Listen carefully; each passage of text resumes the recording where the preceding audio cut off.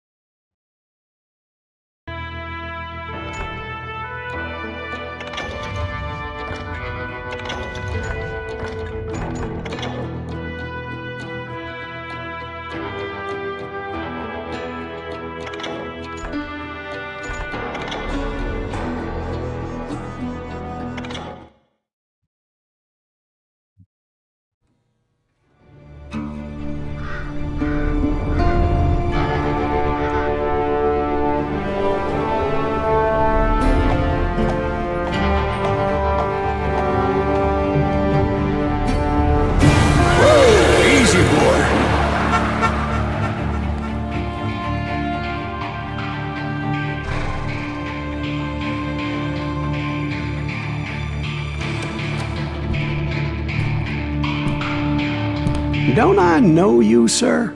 Don't believe so. I haven't been here in many years. Name's Silas Greaves. Silas Greaves? The bounty hunter? Used to be. Well, what are you doing here in Abilene? Just passing through. Got a little business to take care of. Well, sir, it would be an honor if you would allow me to buy you a beer. Hell, son, it would be my honor to drink it. I'm Molly. Howdy. I'm Dwight. That's Jack and Steve. Ben's behind the bar. Oh, I bet you got some great stories. A couple. Any of them true? Jack, be nice. A few. What about your shootout with Henry Plummer's gang in Bannock, Montana? Is that where you started as a bounty hunter? That's what it says in this here dime novel. Don't believe everything you read in them dime novels, boy.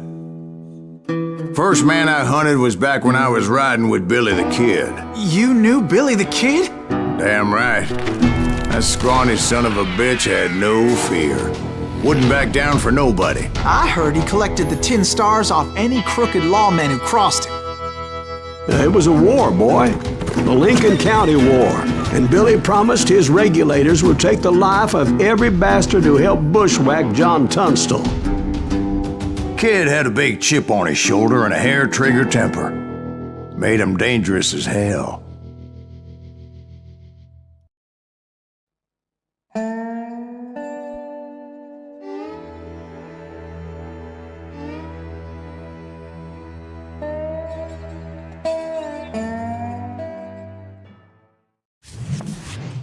It was about 30 years ago. Billy was hiding out in an abandoned farm near Stinking Springs. I threw in with the kid because the man I had sworn vengeance on was riding with Billy's enemies. But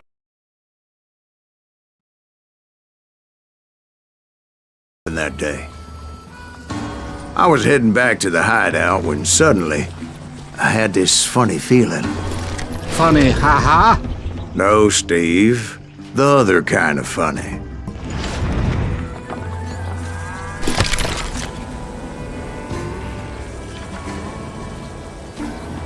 Ian. Iwani saw off.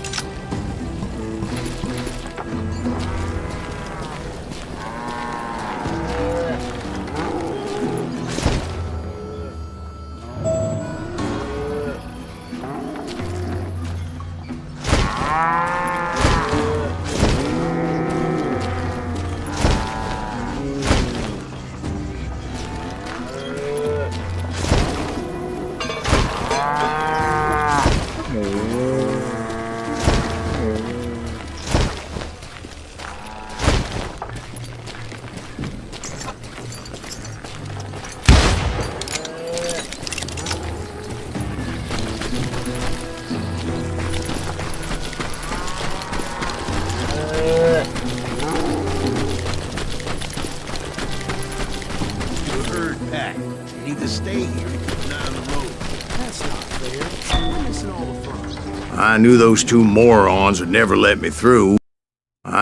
two morons would never let me through. I had no choice. Who's that?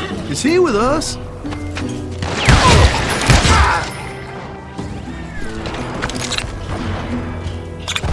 Was it Pat Garrett's posse? Oh yeah. I heard the shots and I knew I had to move fast. Garrett and his army of deputies had surrounded the entire homestead. I decided to help Billy and the boys out a bit. So that's just what I did.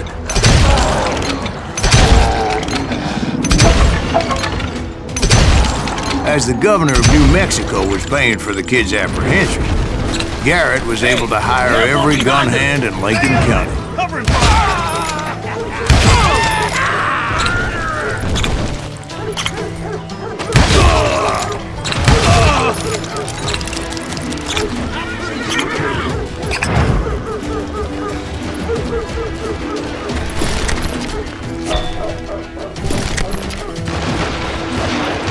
Watch out! He's one of them! God damn it, he's right behind us! Where the hell's Garrett? Never around when you need it! Let's send these some bitches running! Garrett's men were running around like a bunch of chickens with their heads cut off. Still, one of them reached the water tower. Not a bad idea. It would be a turkey shoot from up there. Luckily, these shooters Garrett hired weren't the sharpest tools in the shed. A lot of them were saddle tramps or sod busters or drunken drifters looking to make a few bucks.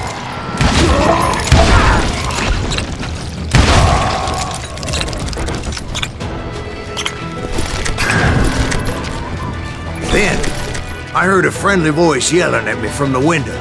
Back door! We'll cover you! Try aiming, you idiots! Truth be told, things weren't much better behind the house. I cut their numbers in half, but that just made the ones that were left twice as mad. They made up for their lack of skill with a seemingly endless supply of ammo.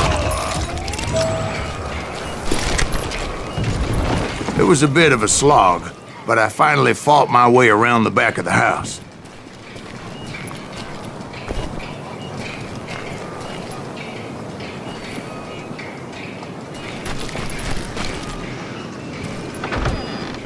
And like that, I was inside, none the worse for wear. I passed Dirty Dave, and upstairs I found Billy and Charlie Bowdre. Rat in a trap!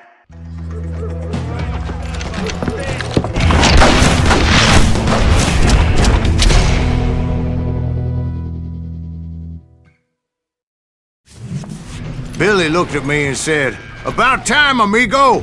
Grab a gun and get to the window." Wait, so you were friends with Billy the Kid? Yeah, sort of. Anyway, we were surrounded by dozens of deputized shooters who wanted to do us harm.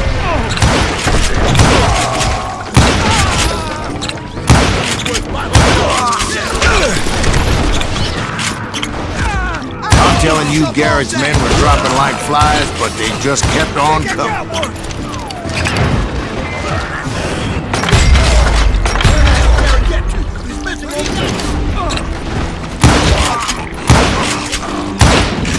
That's when Charlie got hit. "They're catching us in a crossfire," shouted Billy. "Get to the other side."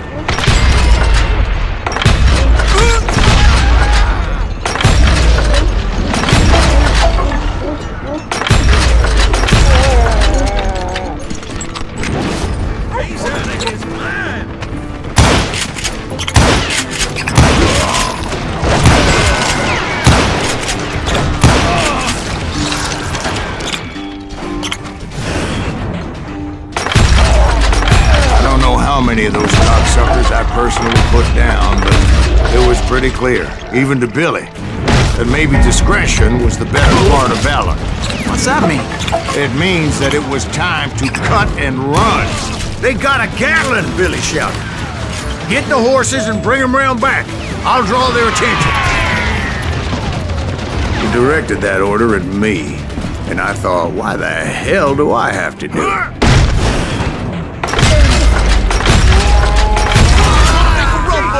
Those poor sons of bitches are done for! Many would have fled in my place. But I had that false sense of invincibility that many young men have. Like Jack here. What are you saying, old man? Jack, he's just joshing with you now. Yeah, he better be. Mr. Greaves, please continue.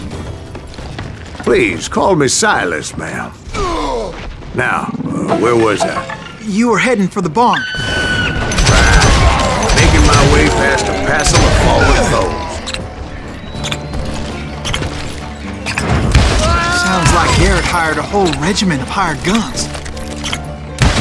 Yeah, and just when I thought I was done with them, more of these hapless bastards would pop up. God damn you! Finally, I had the stables within my reach. After the fight, maybe we could treat ourselves to some fried chicken.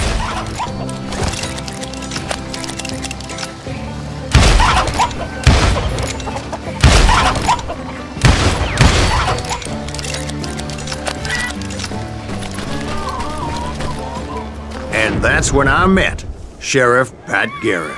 I read that you went toe-to-toe with him, sir. That backstabbing bastard with that tacked-on tin star.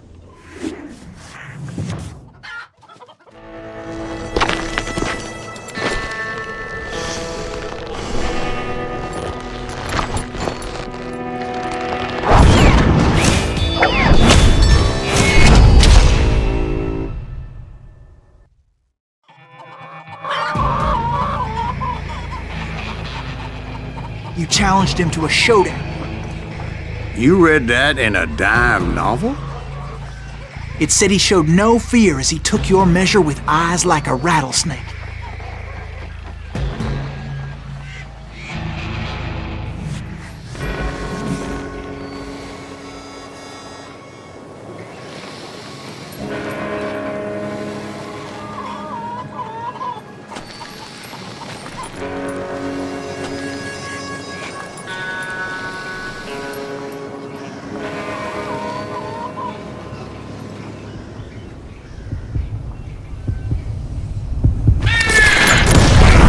And that you killed him in a fair fight.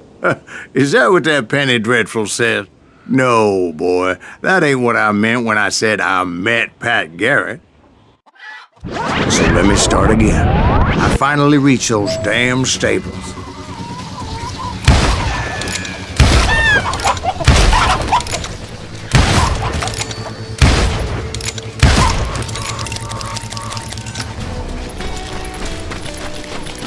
As stepped inside, and last thing I heard was Garrett's voice. That's not Billy. And go on. How did it end? And, boy, that was just the beginning.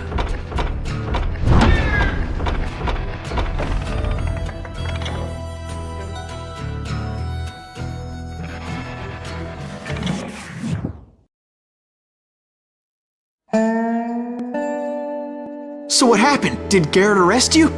Yeah, after I came to, the bastard had clocked me with his Colt.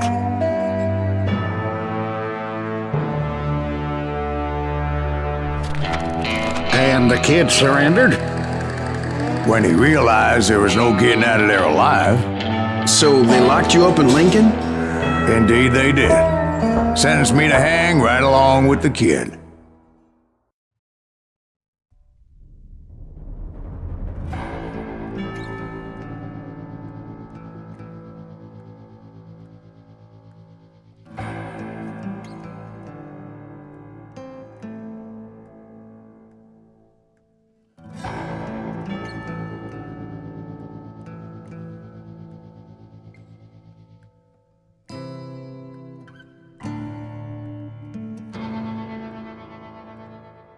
It's important to know that I was only riding with Billy so I could find the bastard I was after.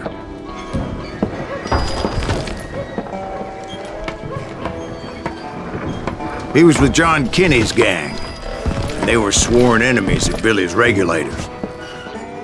Why were you after him? I owed that son of a bitch a bullet for what he had done to me and mine. Instead, all I got for myself was a goddamn death sentence. Luckily, it was right around then that I heard Billy make his move. He shot Jim Bell and a few other guards as he made his getaway. Later, they wrote that some lady friend planted a pistol for him in the privy. What the papers didn't say is that Billy helped me escape too.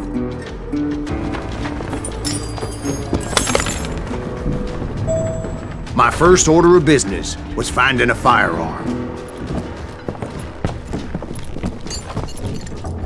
Luckily, I located Deputy Bob Ollinger's mean-ass shotgun.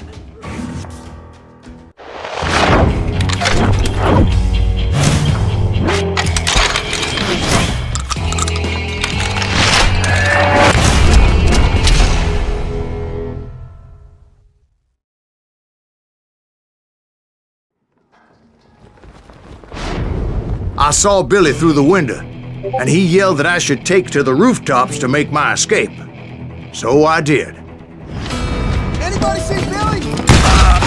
Hell yeah. That scatter gun was like a double-barreled howitzer. It could blow a man clear off his feet. You hardly had to aim the damn thing. The kids escaped raised a huge ruckus. Guards were everywhere looking for him. Can't let the kid get away!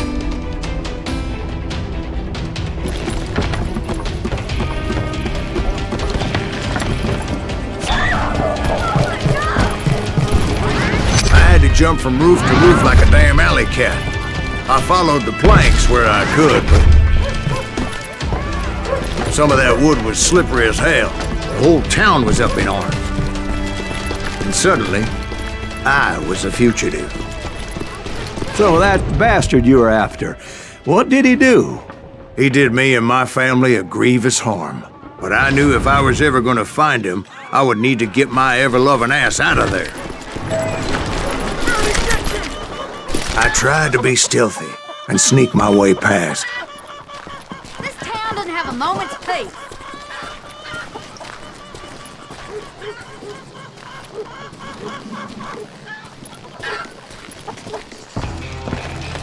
You! But hell if they weren't all waiting for me. Apparently, some of them thought I was Billy. He hit the ground somewhere! See, me and the kid shared a certain similarity in build and coloring. I was just glad I had Deputy Bob's mean-ass shotgun. There's children So much lead was whizzing by my head, it was like everyone in Lincoln wanted to put me in the ground. I knew I needed to find a horse. Though I never did have a great fondness for those four-legged grass eaters. Smelly, sweaty, ungrateful beasts. We prize them too high, if you ask me.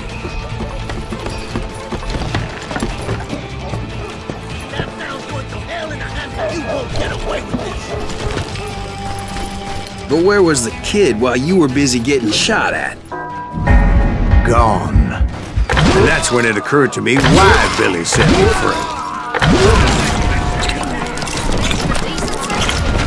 So I could be a hapless decoy and draw attention while he snuck out of town.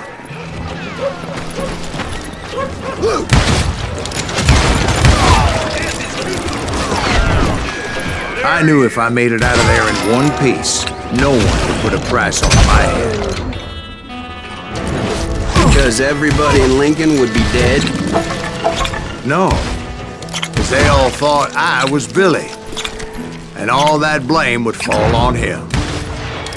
Meanwhile, Deputy Bob Ollinger was organizing a posse to put me down. He was already a mean son of a bitch, but he was doubly pissed that I stole his mean-ass shotgun.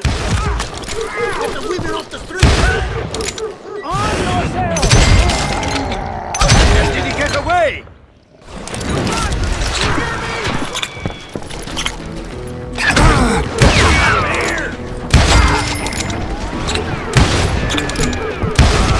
Don't let him get away!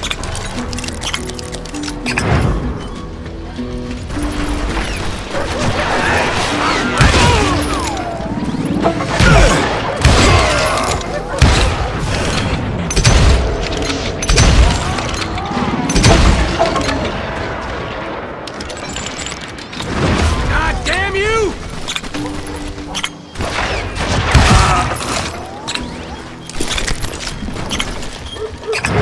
Finally, I found what I was looking for. The stables on the edge of town. I guess Billy saved your ass, taking out Bob Ollinger the way he did. Billy didn't kill Bob. Sure he did. He dispatched him right after he shot Deputy Bell. No, sir. Because Bob came right up behind me, angry as hell that Billy had lit out. "Hello, Bob," I said. "I think you better let me go." And he says, "I don't think so, boy. Not with my shotgun." So we stood there in the middle of the street, eyeball to eyeball. He intended to kill me, and I knew I had no choice but to defend myself.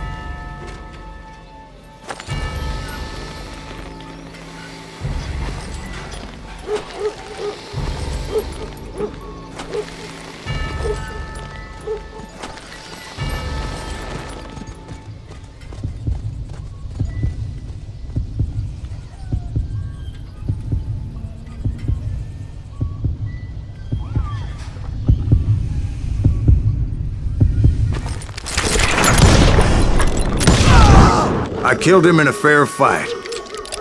Everybody saw I had no damn choice. Well, Lincoln got a mite depopulated that day. Pat Garrett gunned down. So where'd you go after Lincoln? Mexico. Until I realized nobody was looking for me. I ended up taking a job at the Rurales. The Mexican Rurales? I was hired to help them track down the cowboys. The most vicious outlaw gang in Cochise County? Curly Bill Brocious? Johnny Ringo? Led by old man Clanton himself. They must have paid you a pretty penny to take them hombres on. Not really. But truth be told, I had my own reasons for going after those boys.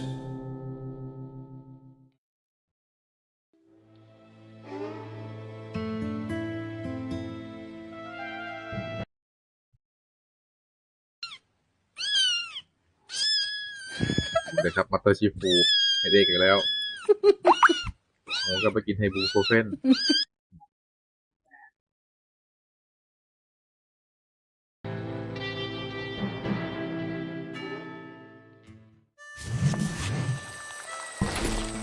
So was the bastard you were after now riding with the cowboys? Roscoe Bob Bryant was his name.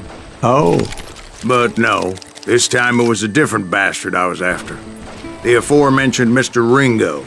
And yes, he was working for old man Clanton. I came upon them robbing a stagecoach, which wasn't surprising, being they were such murderous thieves and bastards. The bandits wore red scarves, so I knew they worked for the old man. Over there! There! I did my best to help those poor passengers. Moments later, the attackers were dead, and I checked the stagecoach to see how many passengers were still breathing. None. It was then I wondered if the rocks weren't hiding more bandits. Was that all of them? Or did I just hit the rear guard? I quickly got my answer. They attacked from on high like Apaches often do. They would appear in great numbers from above and rain down lead on their hapless enemies' heads, making use of the high ground and whatever else they had. Yep, the Apaches always appeared out of nowhere, and there never seemed to be an end to them. Hold on. Were you attacked by Apaches? What happened to the cowboys? Did I say they were Apaches? I said Clanton's cowboys attacked me Apache style. I was in a pitched battle, but I was holding my own against an overwhelming enemy force. See, at the time, I was still pretty green and would often blunder into regrettable situations. But I just kept shooting at anything I could see up in those damn rocks. I didn't see Ringo, but I knew he was with the cowboys. He and Roscoe Bob had done me a dreadful wrong, and I was determined to have my revenge. But to get to Ringo, I knew I'd have to fight my way past these other assholes first. Unfortunately, I was running out of ammo. Another perfect example of my relative inexperience as a hunter of men. I immediately knew that a tactical retreat was called for, as my vengeful fury was much less impressive without the bullets to back it up. Shoot them!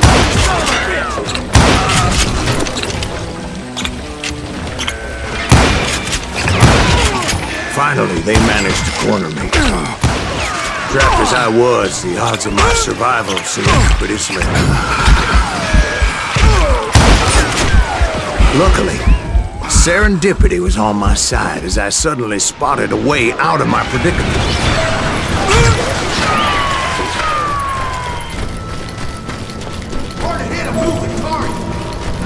I ran ahead as if the devil himself was after me. Bullets were whizzing by my ears, but I wasn't about to roll over and die. I just kept running like there was no tomorrow. Because there wouldn't be if Clanton and his men caught up with me. As I was scurrying around those caves, I thought, what was I thinking? Going up against a gang like this?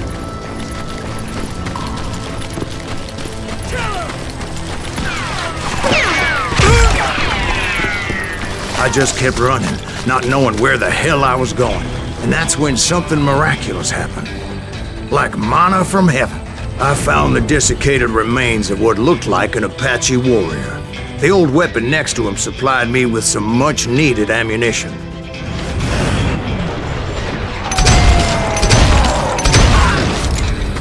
Bat Masterson once told me it was more important to be lucky than good, and he would know.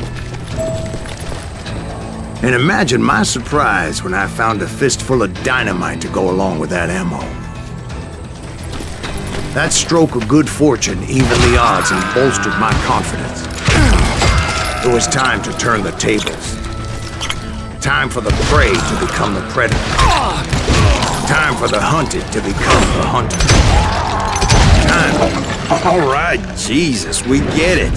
They were right where you wanted them. That's right, Jack. I was done running. The old man's boys were not expecting that. No, sir. I came at them like a wildcat, It was finally time for that old man to pay for his sins.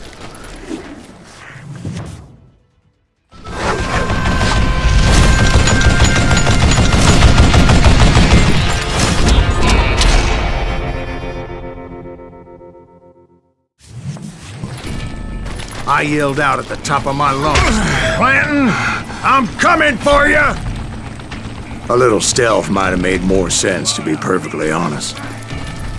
Because that old fool had a Gatling gun and enough bullets to last him till kingdom come. But I knew I could not let that deter me. Not if I was to find and kill Ringo. I needed to get that old man off that gun.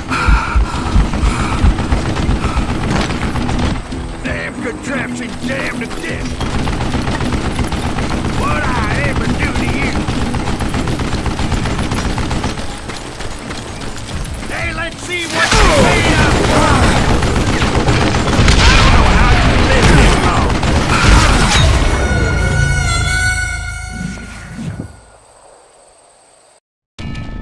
Most everyone thought it was the Ruales who had come up against him in Guadalupe Canyon, but it was just me.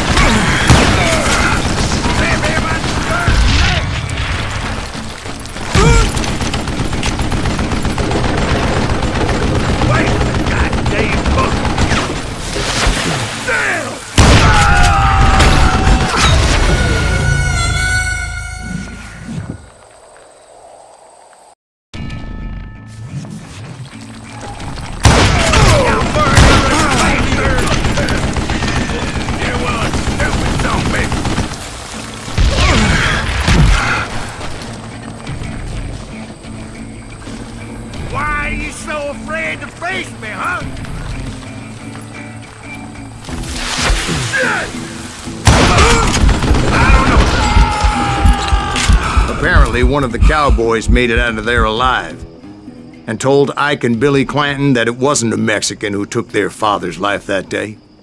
They just assumed it was one of the Earps, and that little misunderstanding eventually led to that legendary gunfight at the OK Corral.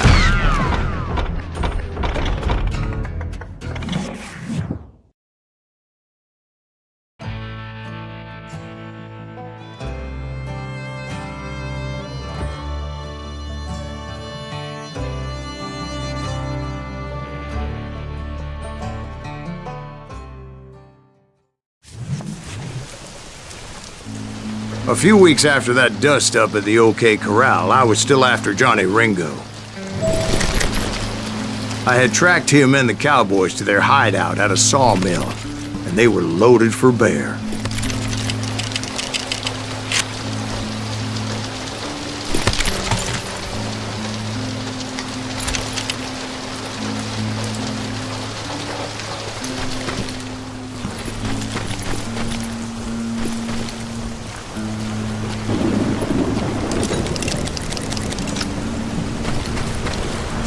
So, what exactly did Johnny Ringo do to piss you off?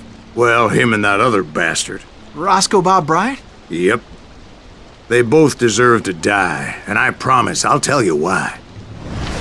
But first I need to tell you about the Cowboys' new boss, Curly Bill Brooks. Herb's coming! Get ready, boys. Curly Bill took charge of the Cowboys upon the old man's demise, and after that gunfight at the OK Corral, the Clantons wanted revenge. So they murdered Morgan Earp and grievously wounded his older brother, Virgil. Wyatt and Doc went on what became known as the Vendetta Ride, hunting those outlaws down. So when I showed up, that's who they thought I was.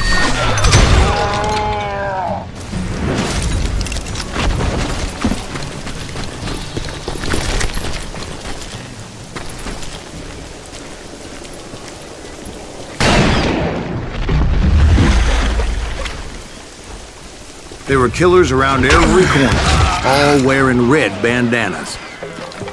That's how the cowboys identified each other, and I was beginning to wish I had one myself. But I wasn't about to let Ringo walk away unscathed, and that's what drove me forward. They say that Ringo was infernally fast. I hardly saw anyone faster, boy. Certainly not Wyatt Earp. That man was all hat and no cap. Earp wasn't much of a match for him, but Doc Holliday might have taken him. That lunger should have kept his nose out of it. They never charged anyone for the murder of Morgan Earp. But everybody knew that Curly shot him in the back. That was common knowledge. Yeah, maybe so. But Ringo had nothing to do with it. He was just being loyal to a friend. Is that what you call it? Being loyal? Excuse me, sir. I have a question. What's that, Dwight? After old man Clanton died, why didn't his son take over the Cowboys? Because Ike Clanton was dumber than a box of rocks and a yellow belly to boot. Now, where was I? Taking down the entire cowboy gang single-handed. Indeed I was, Jack.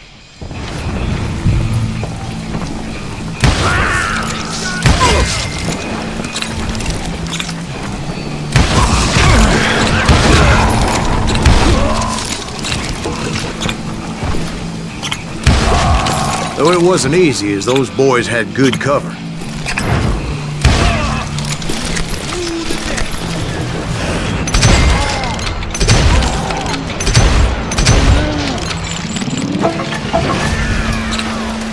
Kill him already!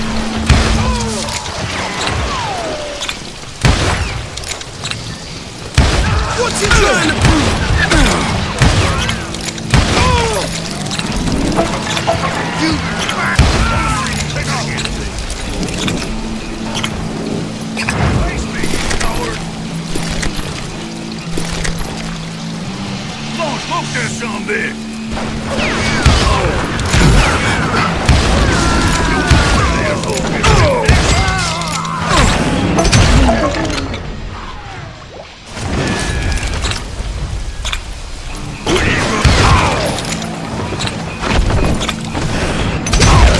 There were carts everywhere, piles of lumber, and God knows what else for people to hide behind.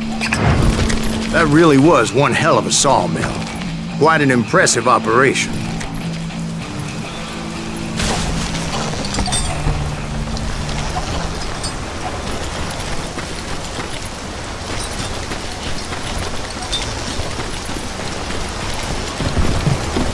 And where was Curly Bill? Did you see him? I'm about to get to that, Ben. Patience. I'm painting a picture here. There was this beautiful waterfall and a crystal clear stream that led to a verdant valley that was truly... Consider your picture painted. What happened next? Well, finally the bastards that were still alive made a last stand.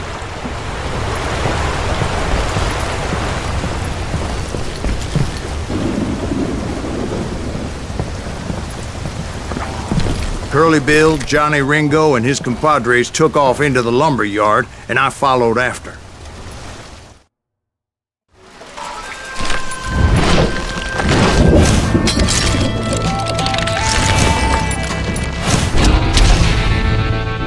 Curly Bill.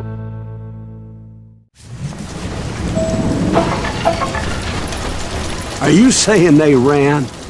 Cowardice was not in Ringo nor Curly Bill's nature. No, sir. I never said they were running scared. They just wanted me out in the open. Time to dance with the devil!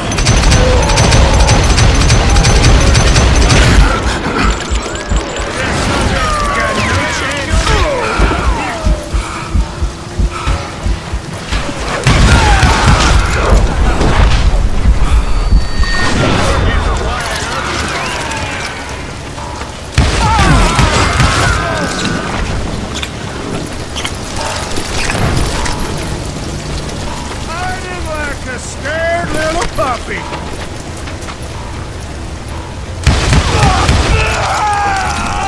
Ambrosius gave me no choice but to take his life. But Ringo was nowhere to be found. I knew you didn't kill Ringo, because he was found dead in a different location altogether. To this day, his killer is still unknown. Indeed. Took me a few months before I finally tracked his ass to West Turkey Creek Canyon.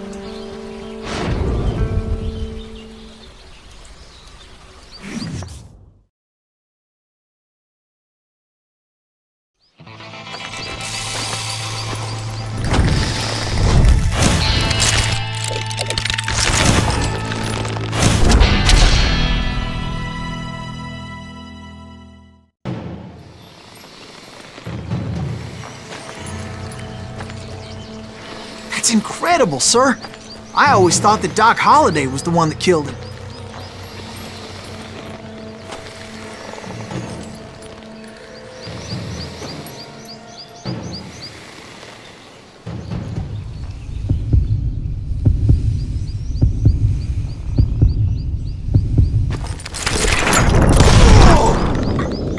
Sorry I had to ruin the legend for you, boy.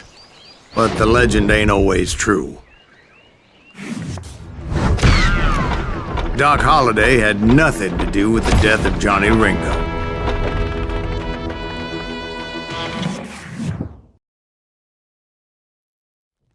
I was paid a healthy bounty for Ringo and Curly Bill, and realized there was real money to be made. That's why I went after Henry Plummer.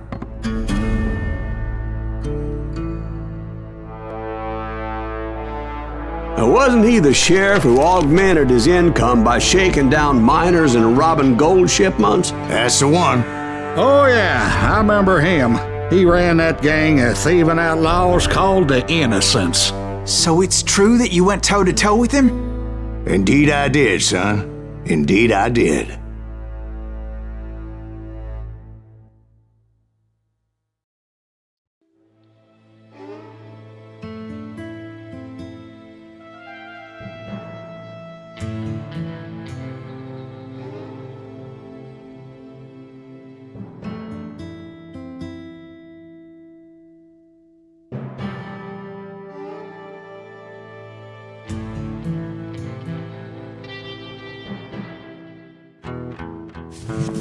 I knew I needed resources if I was going to track down Roscoe Bob Bryant, and hunting Plummer looked like a good way to get rich quick.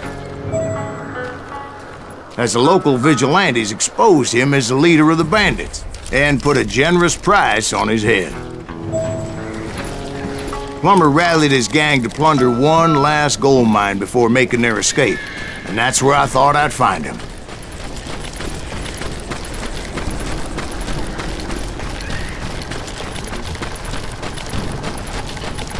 It makes me nervous standing so close to all these goddamn barrels of gunpowder. Why would you be nervous? No one has the cojones to come after us. As long as you don't light up a cigar, we're fine. Besides, George is up there on the right. As my late father pointed out to me more than once, God made men. Samuel Colt made them equal.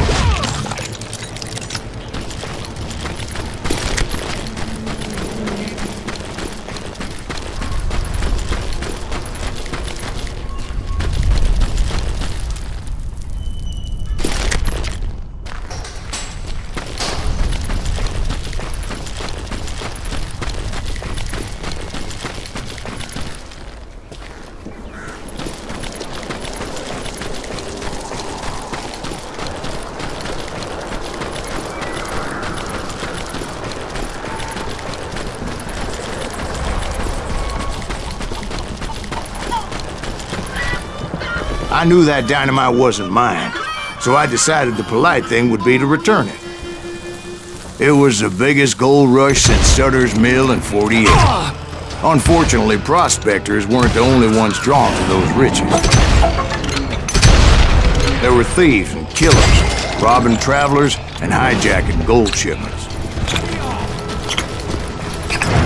Like those that ran with Plummer. Some were just regular folks I knew from town, drawn by greed and easy pickings.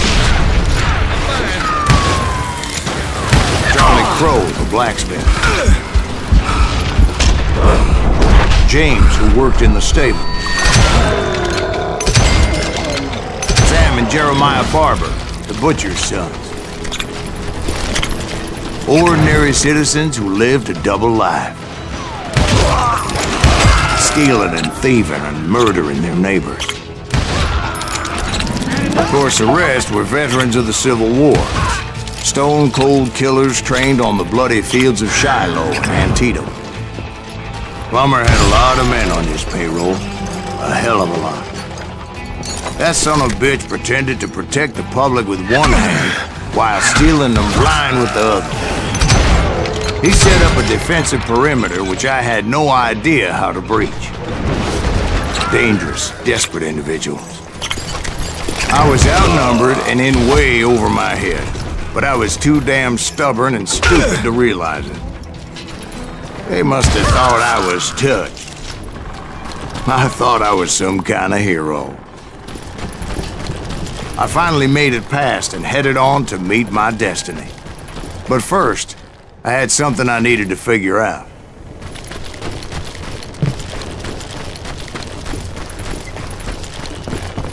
I had a few ideas on how to get into that mine, but once I made my decision, I knew there was no turning back.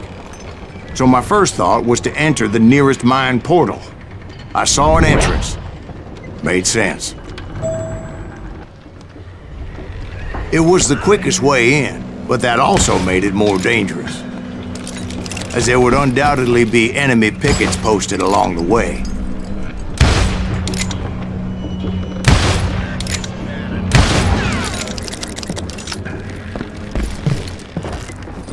This is our goal now.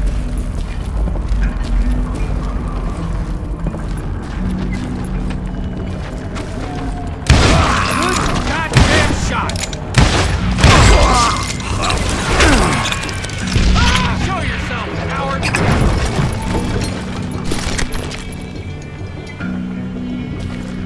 You're done. Besides, once you enter a mine like that, it's easy to get all turned around. And that confusing maze of corridors wouldn't even be the worst of it. Some of those shafts could be as deep as hell.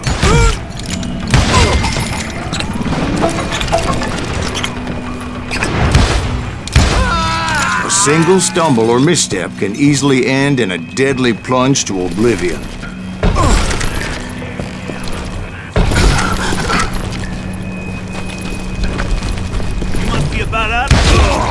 Quick reflexes often make up for a lack of common sense.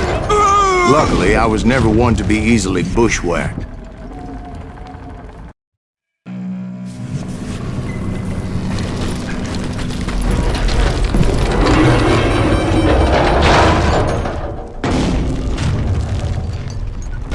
I would just need to be careful not to blow myself to kingdom come. With all that gunpowder and dynamite everywhere, a body has to know what he's shooting at. One wrong bullet could have turned that mine into a dad-blasted tube.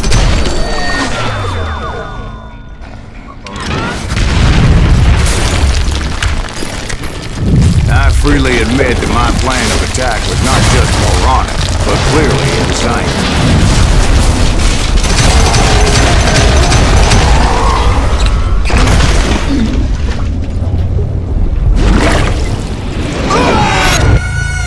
It's a good thing that I abandoned that ridiculous plan before I even tried it.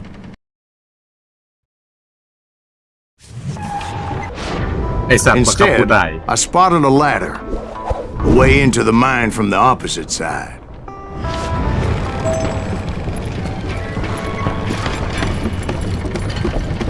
It was a long way around, but that approach seemed more sensible at the time. Of course, being I had a problem with heights, that scaffolding scared the bejesus out of me. Climbing down that ladder required some caution, because even though I had a younger man's reflexes, no man can dodge a damn bullet while climbing down a rickety ladder. I was determined not to give up, however, as Sheriff Plummer seemed quite a despicable character. When the vigilantes discovered what the sheriff was up to, people were outraged. That 10,000 they put on his head would go a long way in helping me find old Bob. And I had made it my mission to settle that score come hell or high water. But first, I would have to make a choice. Take the elevator or climb the ladder.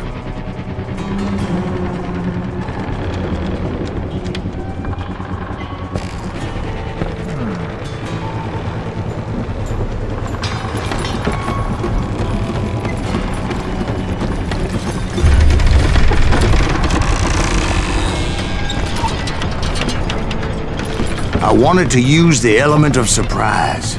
Plus, I figured I could use the exercise. I was warmed up already, so what the hell?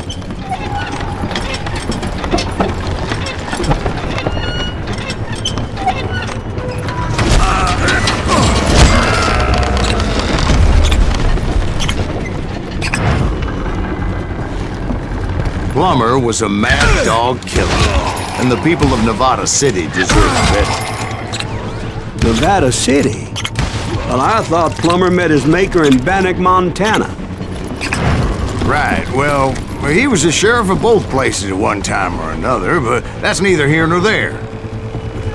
The point was, taking him down would save a lot of lives, including my own.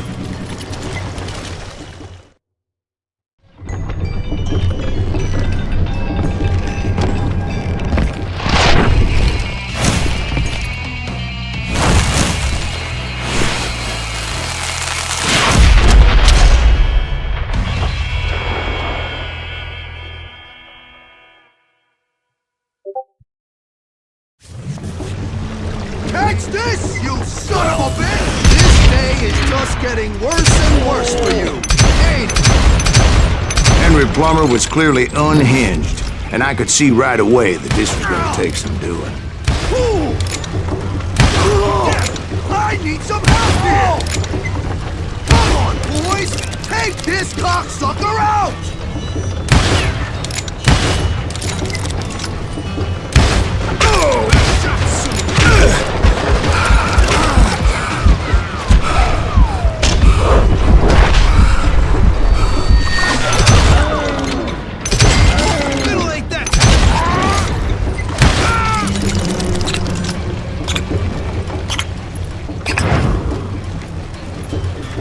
I need a dustpan to pick you up!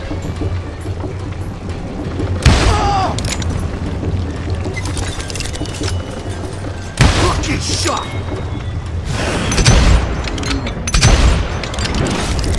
You ain't taking me!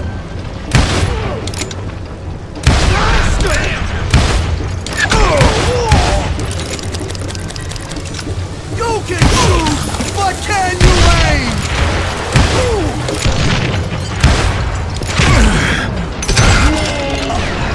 So that's how Henry Plummer died. Him and his crew were worth their weight in gold.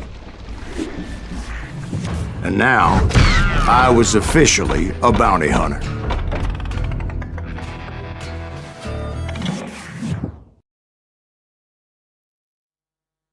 So, did you finally go after that Bob feller? Well, I heard word he was in Kansas with John Wesley Hardin. So that's where I went. Where in Kansas? Abilene. Why do you ask, Ben? No reason. Was Hardin as fast as Ringo? Ringo was fast, but John Wesley was as fast as the devil himself.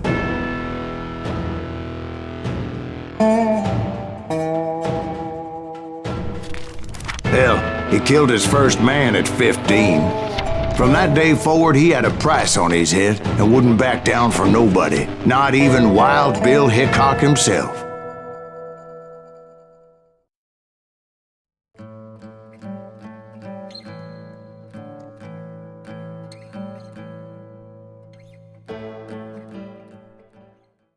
I dodged death many a time, and that night in Abilene was no different.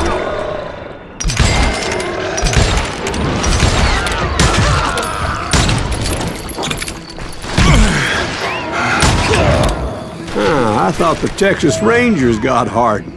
Yeah, that's what they want you to believe. I was there with the intention of finding that bastard Bob and collecting the bounty on John Wesley. It was cold in a witch's tit and a brass bra that night as I fought my way past his loyal compadres.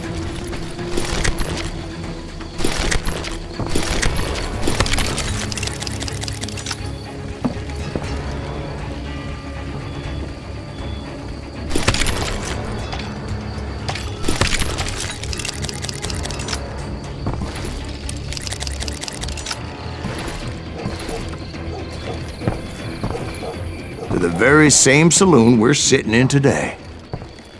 Look around and imagine this place painted in blood. Hardin was waiting for me, and...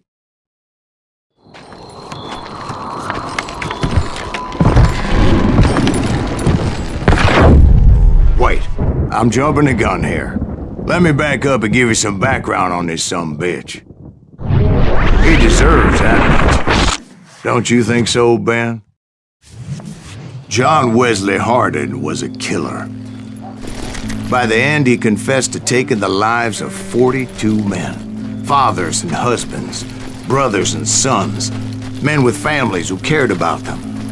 He was a bona fide folk hero by then, and had amassed a gang of armed miscreants and other assorted thugs. He and his men set up camp outside of town, and I was hoping Bob was among them. God damn it! Shoot that son of a bitch! They didn't ask why I was there. They knew. As most of them were wanted as well. I had to spill a lot of blood to find out Hardin wasn't in that camp. He was carousing in town with his closest friends. Hardin's boys apparently didn't want me to reach the bull's head. Some were hightailing it into town to inform their jefe of my unwelcome presence.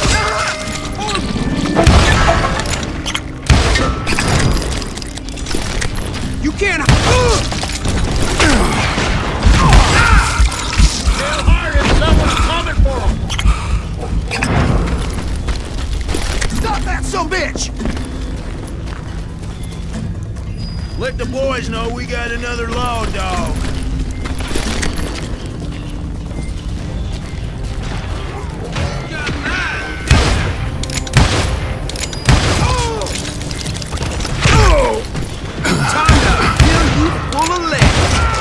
I wondered if Bob was among them.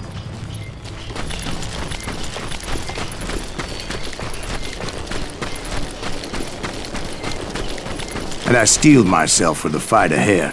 For as good as I was, deep down I wondered if John Wesley wasn't just a little bit better. Before I could test my mettle against Hardin, however, I would first need to dispatch his cadre of hired killers. Most of these degenerates were beyond redemption, but John Wesley might have been a different story. God damn him! I didn't learn until later that that night was in fact his birthday celebration. Okay, that's really pissing me off.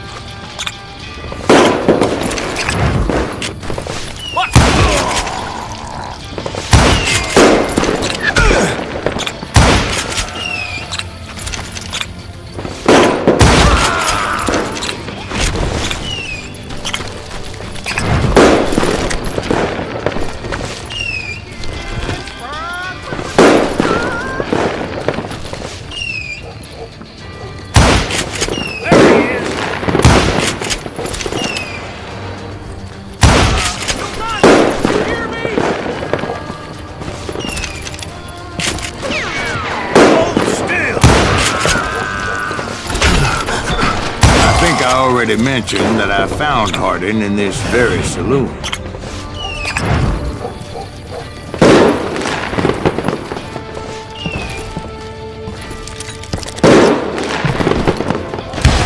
Suffice it to say, nobody there was happy to see me.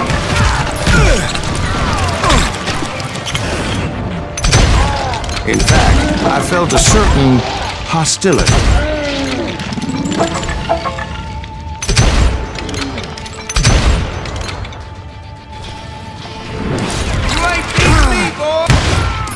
I was disappointed that neither Bob nor John Wesley were among the dead. But that was short-lived, as a moment later I was facing down the fastest gun in the West.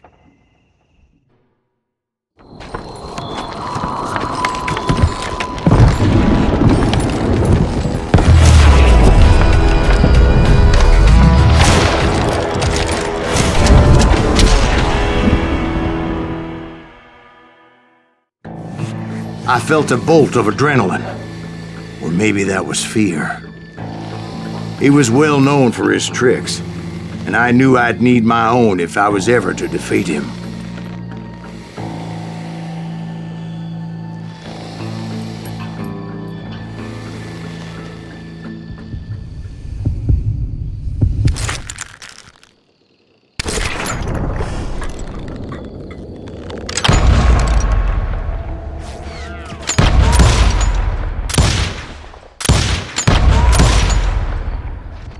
That man was faster than greased lightning. But being inebriated as he was, he didn't count his shots. And now, he was at my mercy. So he didn't die? No, I sent him to prison. Years later, after he was free, some restless avenger took his life. Shot him in the back in a saloon just like this one. Anybody up for another beer? Ben?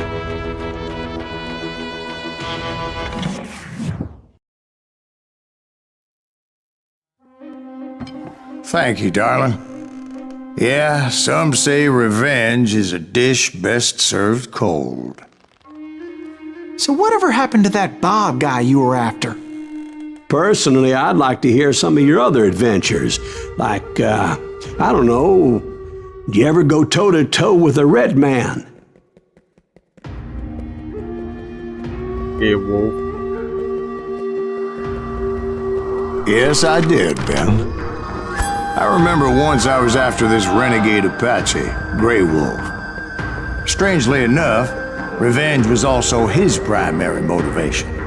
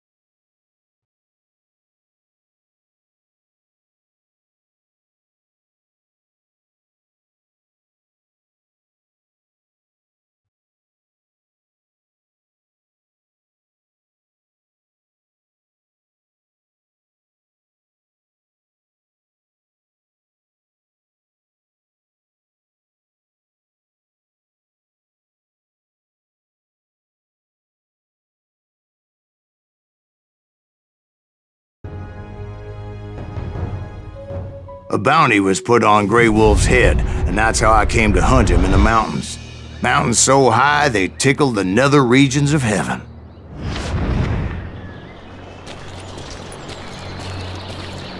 Grey Wolf was a Chiricahua Apache medicine man who had led a war party in revenge for a massacre against his people. The U.S. Army had attacked his tribe during his daughter's sacred sunrise ceremony, and the slaughter was unspeakable. I understood his anger, as there's nothing more traumatic than seeing those you love die in a cruel and painful death. Right from the beginning, I couldn't shake the feeling that Grey Wolf was watching my every move. He led a band of young Apache warriors who wanted retribution and were more than willing to die for him.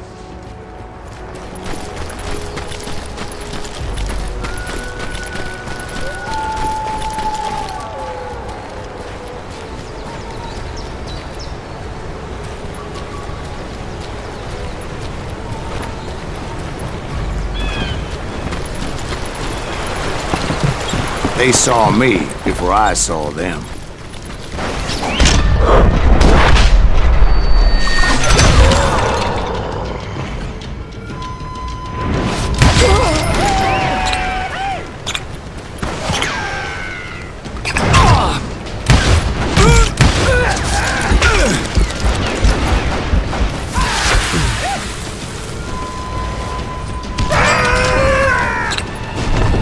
And it crossed my mind that maybe this wasn't such a good idea. But now that the shooting had started, there was no backing down.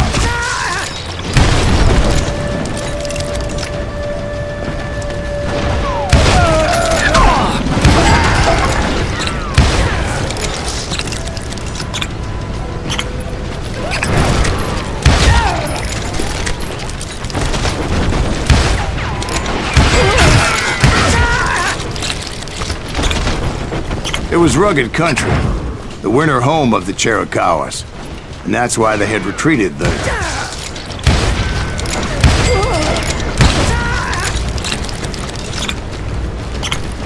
I admit to having some regrets about going after them the way I did. But then again, I got a lot of those.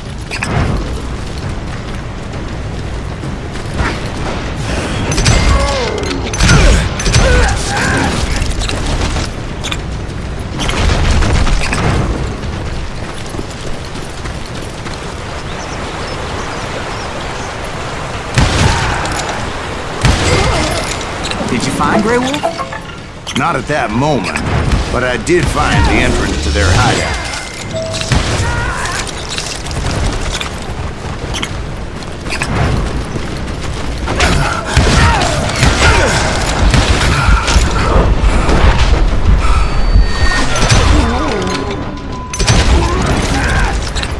A deep crevice that led to a deeper cave. Don't tell me you went in there. Yeah, but it's not out of bravery so much as pure, angry cussedness.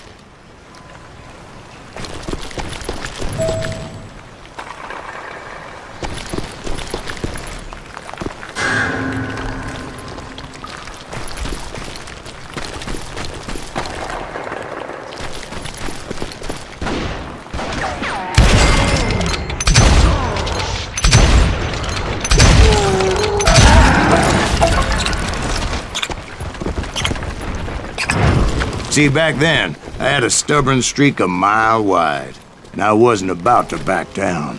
So it was like pitch black in there? Actually, it was pretty well lit, as they had torches on the walls.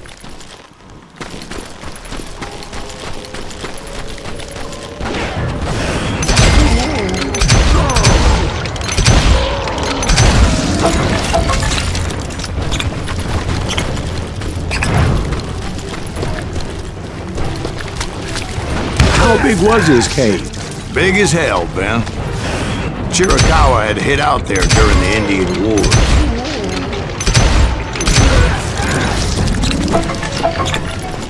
They thought it was haunted with the ghosts of those murdered by the horse soldiers. The cave was haunted with dead Indian ghosts? To be honest, I was more concerned with the live ones than the dead ones.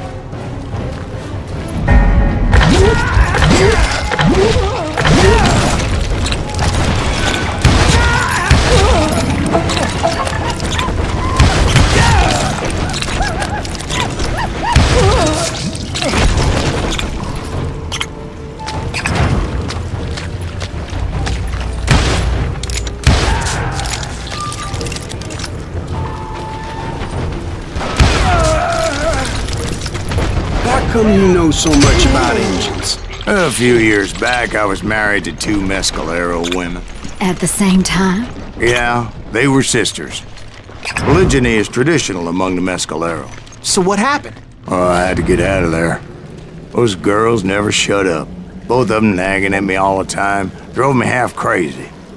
Haven't seen them since. No, I mean, what happened with Grey Wolf? Oh, well, I pursued him into the Cave of Death.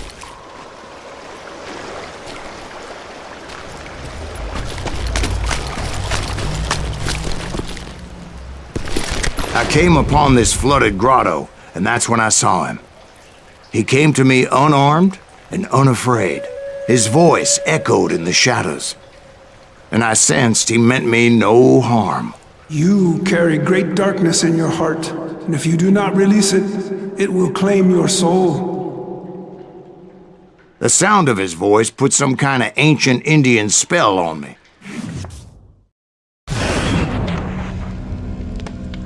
As his story unfolded in my mind, You will come to this place again and kill many more men, and the darkness will grow until it consumes everything that you are. The soul would have no rainbow if the eye had no tears.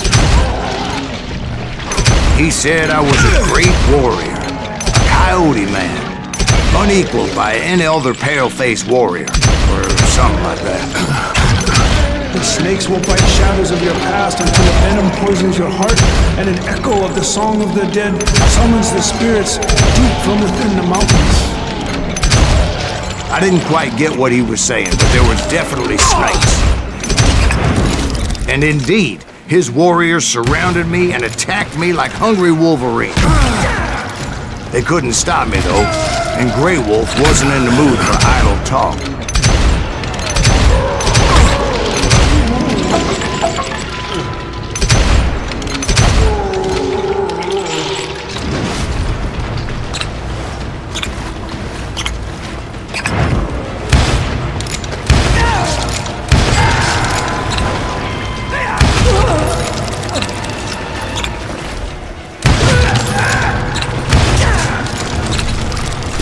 I swear I couldn't see any way out of this trap. But suddenly, one just appeared. Kind of like a miracle.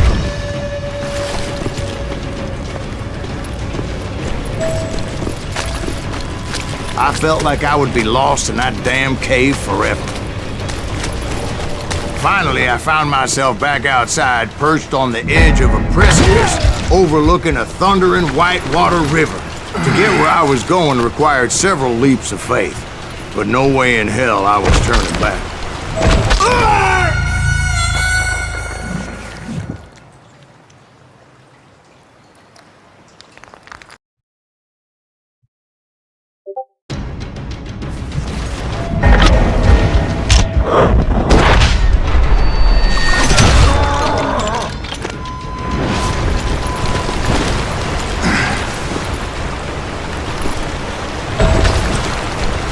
I chased after him, determined to make him explain the meaning of all that mumbo-jumbo. Mumbo-jumbo's right. Are you making this all up as you go? A few details may be fuzzy, brother, but I am relating exactly what happened to me. There were dozens of Apache warriors aiming at me from on high. Dozens? Well, maybe not dozens, but there was a lot of them. At least 3 or 4. Well, more than that, little lady.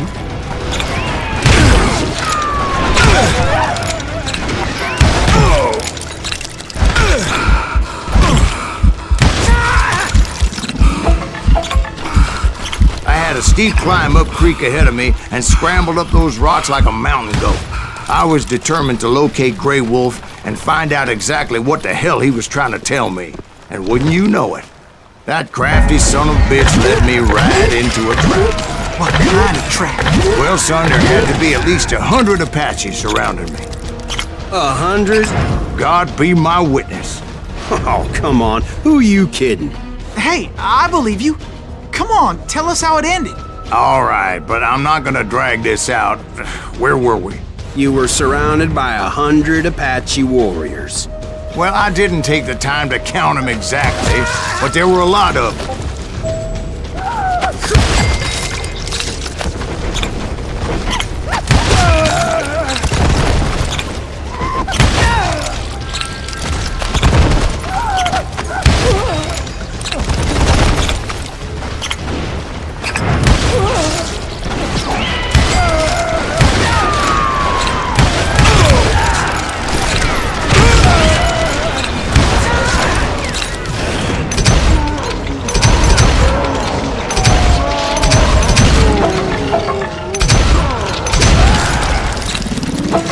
And in the end, a path appeared before me that I had not seen before. I followed it as I desperately needed to find out what Grey Wolf was trying to tell me. But it was like that son of a bitch disappeared into thin air.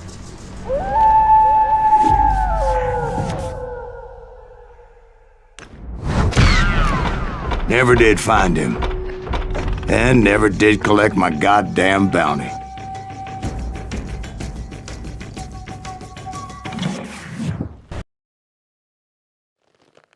Thank you, darling. It's interesting how the truth can sometimes seem, might malleable, depending upon your point of view. Like how those dime novels make you out to be something you're not? Jack, don't be starting trouble. No, he's right. They do tend to exaggerate. Did they exaggerate your part in taking down the Daltons? Well, I was there in the flesh, boy, so I saw what happened firsthand.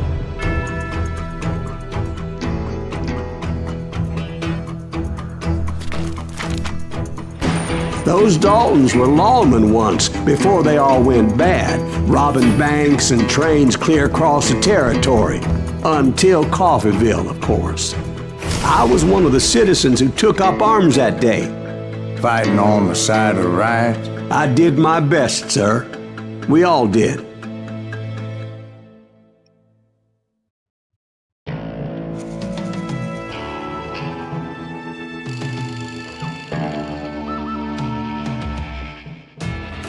It was early morning. One of my friends was a local gunsmith, and he handed out firearms to anybody who'd take one. You see, the Daltons got it in their heads to rob 2 banks at the same time. 2 banks on the same damn street. Story was Bob Dalton's girl was always writing him about how he had no ambition. Well, the locals recognized the Daltons right off. Before they could get away, half the town took up arms to defend their property. Their first mistake was pulling a job in their own damn hometown. The boys grew up in Coffeeville, so everybody knew them. Put some holes in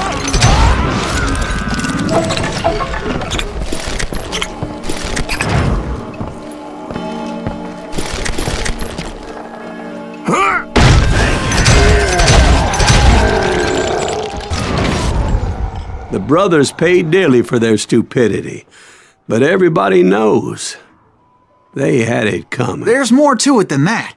I read all about that day, so I know for a fact that it went down very differently. First of all, it was high noon. A posse of U.S. deputy marshals were on the rooftop across the street. Get ready, boys. They're gonna make a move. The lawmen had been tracking the Daltons for months, and now they finally had them dead to rights. Among them was a bounty hunter feared by many a lawbreaker. The marshals tried to get the Daltons to surrender. They'll give up eventually. We just gotta wait the son of the bitches out. This bounty hunter knew that the brothers were far too proud to ever lay down their guns.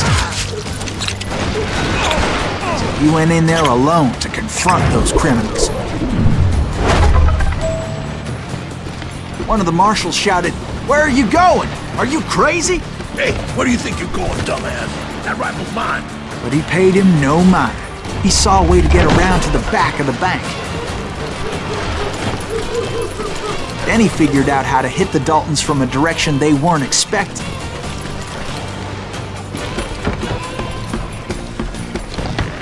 A moment later, he was climbing up a steep ladder, laughing at danger as he did.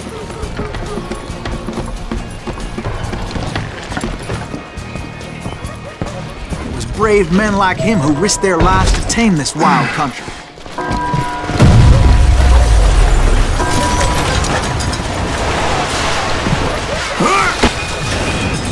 We've got company!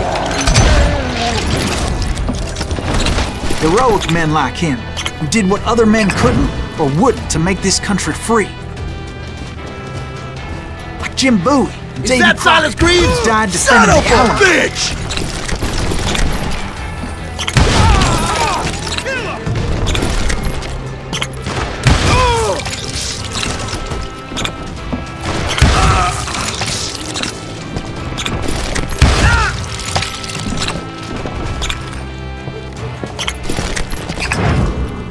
Over there! That's Silas Greaves! What the hell? Blam! He came away victorious, taking down those thieving Daltons.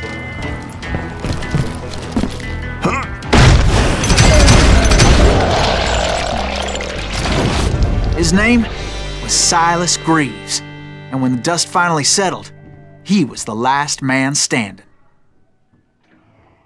Sorry, kid, but that just wasn't the way it happened. นี่เวอร์ชันจริงอยู่นี่ the true story It was early evening, not high noon. there are 3 different versions. The Daltons blew up a safe, and were all set to hightail it out of there. I was late to the party, and Coffeyville was already up in arms. Those pathetic deputies surrounding the bank were dropping like flies.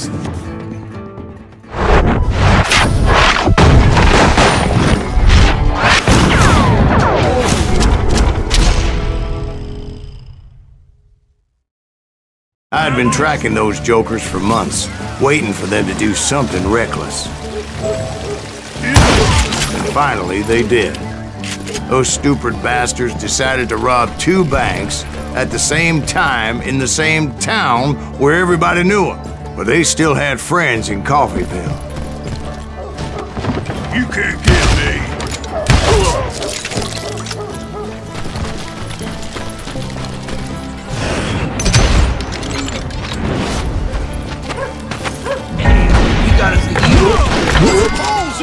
And those friends came after me like a pack of wild dogs, tooth and nail. They were coming at me from all directions. I caught sight of the Daltons running with the money and didn't want to lose them. Problem was, they knew the town better than I did. And to top it off, I found myself in the middle of another shootout entirely. Did the Daltons hole up in somebody's house? No, it was the Smiths, I believe. They were cousins of the Daltons. And they were shooting at the Browns, who were shooting at the Daltons. Which wasn't any surprise, because those 2 families have been feuding forever. And since the Joneses are related to the Browns, they shot at the Smiths, pissing off the Heimhoffers, whose daughter recently married a Smith. Well, bullets were flying every which way as all the old feuds in Kansas caught fire all at once. There was a hell of a lot of pissed off people in Coffeyville that day. But that's just the way life is sometimes. Shit happens.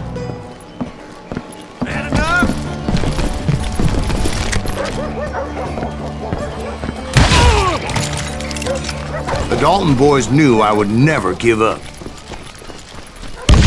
Those Daltons weren't the sharpest knives in the drawer, but they always stood together.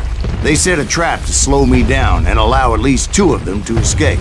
The 3rd brother stayed behind to plant me, just in case that trap of theirs didn't work. Did work.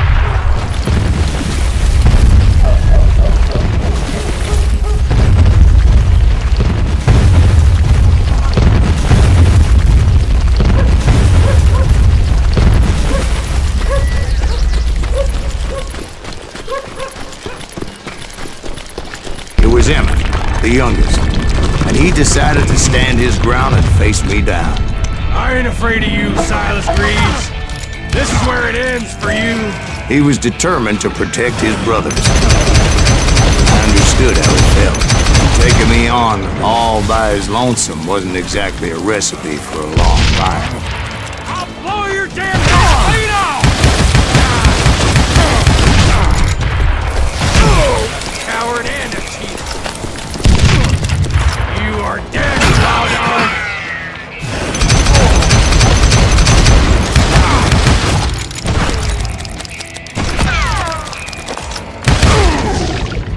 But Emmett Dalton survived the robbery in Coffeyville. He's the only Dalton who did. They say he was shot 23 times. Well, Dwight, who do you think put all those damn holes in him? ไอ้เสื้อหนังเลยไม่ตาย But I have to admit, that boy had grit.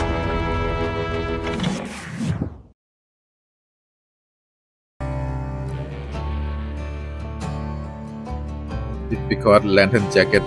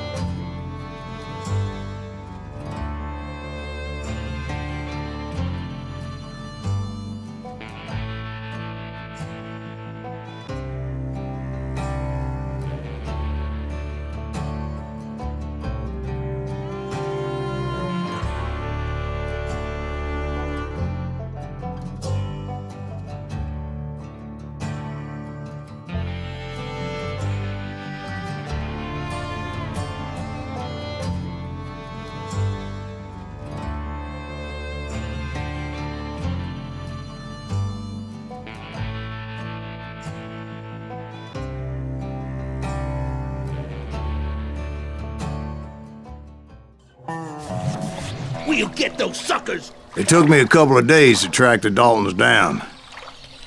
They can't get away with this! And in that time, a whole posse of local vigilantes offered to lend a hand. We'll track him to the ends of the earth. They seemed as determined as me to find those outlaws. But as we headed into those swamps, it was like I had my own private army. There was no way those boys were getting away this time.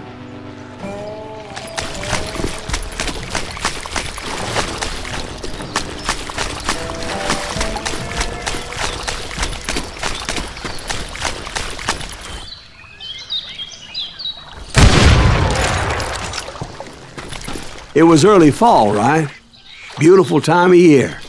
At least you had the weather on your side. Not by my recollection. It was damp and foggy as hell.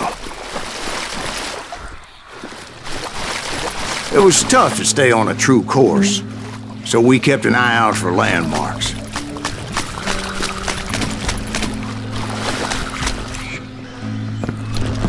It was autumn.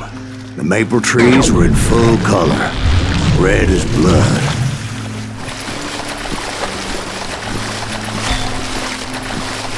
The rains that year were torrential, so the whole area was flooded. The vigilantes had spread out wide, and pretty soon I couldn't see anybody. Bury him in the swamp. Where they stand! Except for some bitches ahead of me wanted to do me harm, so I had to face them alone. I wondered why my compatriots didn't come running when they heard the shots.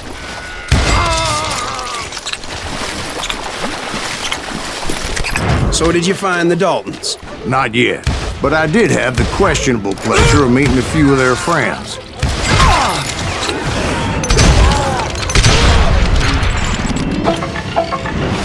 That asshole just killed Red? The boys had established quite a reputation by that time, so they attracted all manner of riffraff to their cause.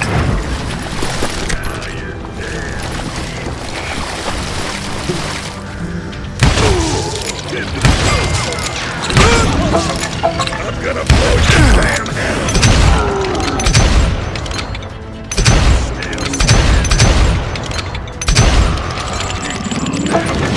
Catch this. Point being, I was under serious attack. And my reinforcements was nowhere to be seen.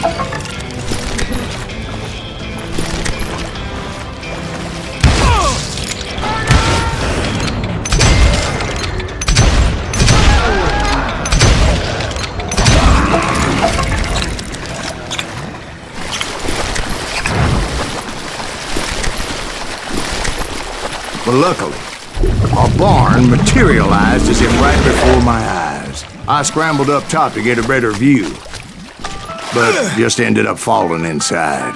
So, how did you get out? The barn doors was open. About right then, I saw some suspicious characters running for the bushes. Of course, I followed them. But that goddamn swamp was like a goddamn maze, and pretty soon I had no goddamn idea where I was. Steve?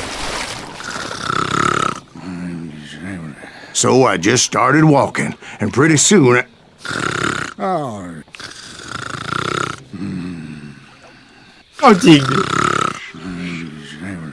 You go fucking serious?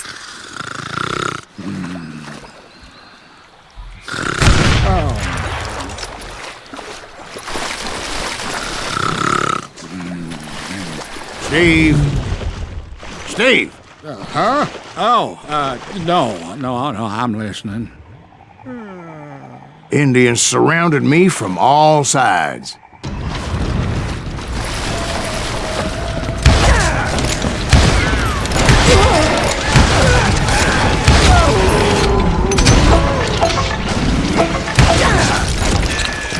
Indians? There were Indians? No. I just wanted to make sure Steve was paying attention. Now, where was I? You were following the Daltons through a swamp? That's right. See, Steve? Dwight's paying attention. No, I'm listening. I was just resting my eyes. Let bet. So, where was I? The Daltons. Right. See, there's a reason so many outlaw gangs are made up of brothers. Being a brother is a very sacred thing. It's a bond like no other.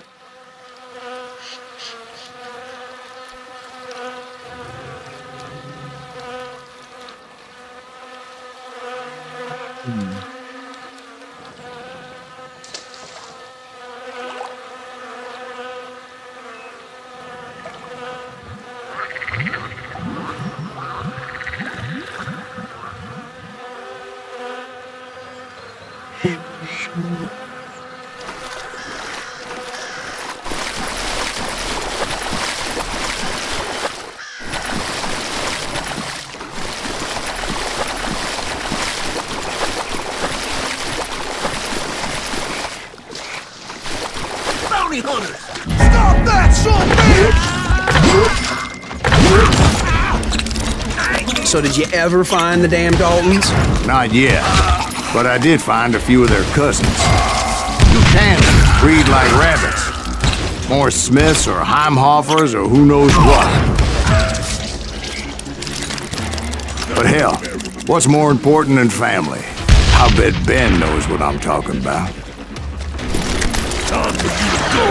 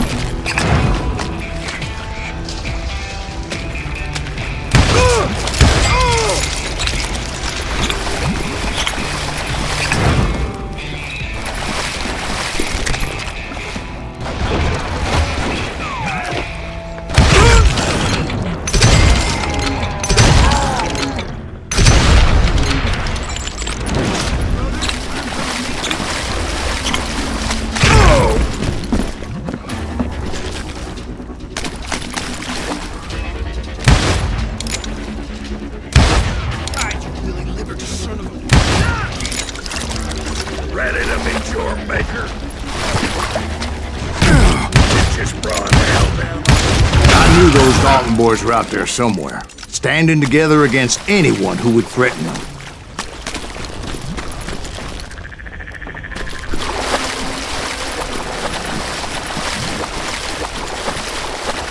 And that's when I saw it. A goddamn steamboat. A steamboat in a swamp? Yeah, Steve, but this wasn't much more than a wreck, really. But how'd a damn steamboat end up in the swamps? Guess it floated off during the flood of '89. Now, was it a stern wheeler or a side wheeler? What? Does that really make a difference, Steve? It was a steamboat with a goddamn army on board. It was then that a fusillade of bullets come raining down from on high, and those vigilantes who accompanied me weren't anywhere to be found. But among those men that were shooting at me, I thought I saw some familiar faces. That's it for you.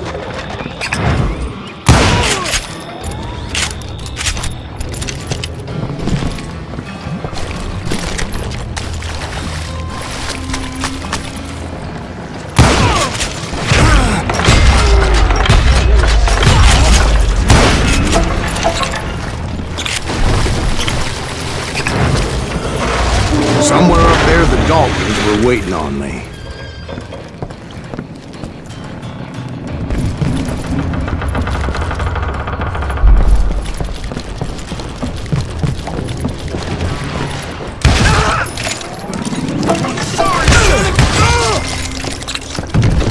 Sounds like you don't give up too easy. That's the kind of man I am, Ben. I set out to do something. I do it. Surrender just ain't in my nature. Plus, I'm stubborn as hell.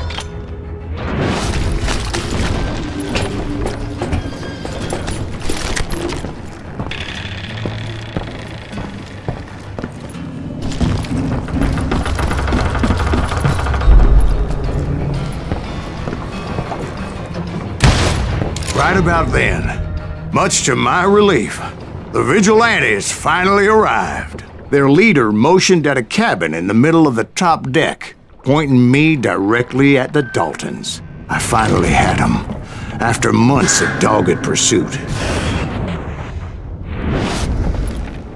But it turned out that they had me. Take him out! I'm sending you to hell!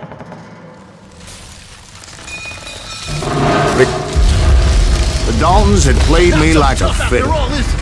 Apparently, the vigilantes were on their damn payroll. They didn't just want to shoot me. They wanted to burn me alive. But finding my way out of a burning labyrinth proved to be quite a challenge. It was a riverboat, right? I mean, it's not like it was a goddamn ocean liner. Well, yeah, but I was in a fight. Did you hear about that ship that's gonna launch next year? Largest one in the world. You're talking about the Titanic. If you ask me, it's too blessed big. I don't think it'll even float. So anyway... Don't be stupid, Steve. They know what they're doing. They say that the Titanic is unsinkable. Oh, God. But getting back to that steamboat, how did you get off it, Mr. Greaves? I took in a lot of smoke that day, so I admit my recollection might be a bit hazy. But somehow I managed to finally disembark. It was time to settle this once and for all. I see him!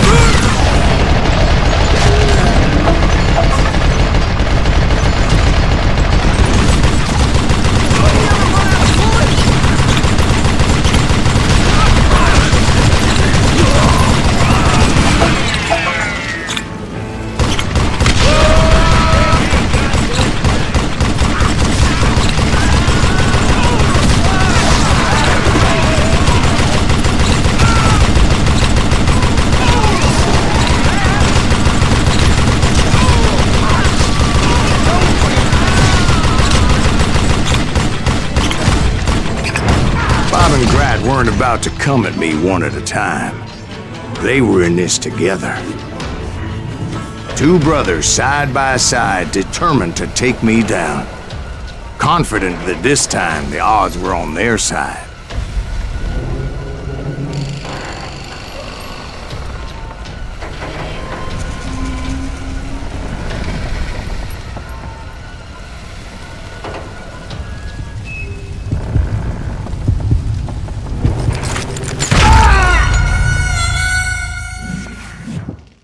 มื่อกี้ตัวหลังก่อน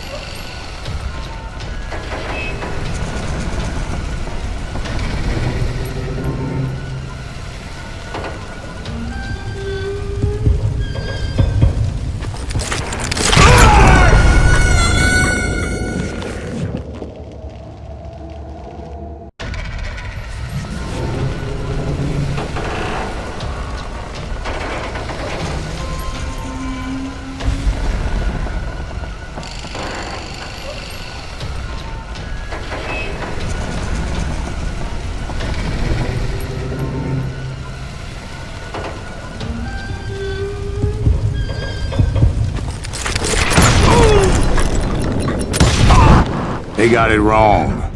A sad end for those two. If they'd only known that Emmett was still alive despite his wounds. Paroled 14 years later, he moved to California and sold real estate and lived off the legend of that fateful day. And the tragic death of his two brothers.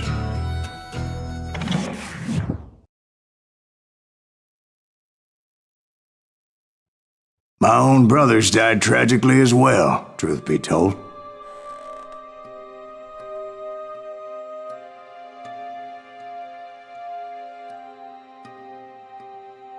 It was 1868, and me and my older brothers were pulling a tidy profit running cattle into Juarez, Mexico.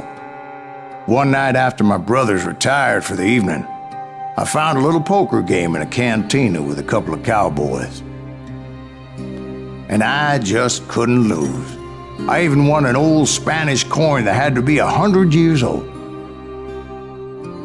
Well, I was mighty pleased with myself the next morning as my brothers and I rode for Texas. But before we crossed the border, those cowboys caught up with us. It was Johnny Ringo, Roscoe Bob Bryant, and another asshole named Jim. They wanted their money back and everything else we had, including our lives, as those boys didn't want us coming for them later. Bob put that old Spanish coin in my mouth and said, "I won't have it said that I left you with nothing, boy." Well, those horses bolted, and there we hung as those bastards rode away. The branch finally snapped under the weight of the three of us, but being my older brothers were bigger and heavier, they were already dead. And right then I swore to myself that I would avenge them. Ringo you know about.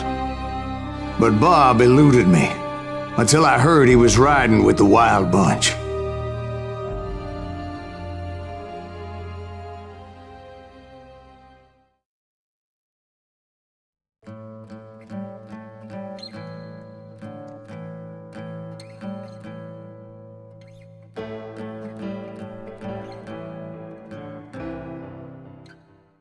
I'd been on their trail for months, ever since they left their hideout in the Bighorn Mountains. Led by Butch Cassidy, they were a loose association of outlaws who robbed banks and trains from Colorado to Montana. Among them was the Sundance Kid, and that murderous hombre I was tracking, Roscoe Bob Bryant. Were you a part of that giant Pinkerton posse after the Wild Bunch? No, boy. A circus like that would have slowed me down. Besides, I wanted Bryant all to myself. I'd heard about a large shipment of gold being transported to Wilcox, Wyoming on the Overland Flyer. I figured the Wild Bunch would likely hit such a treasure, and by God, I figured right.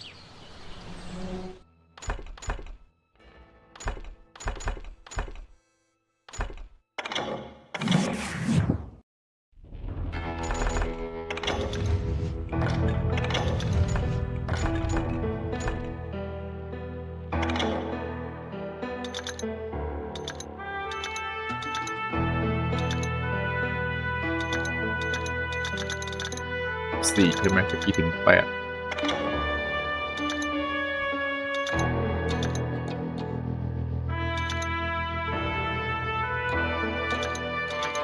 จอน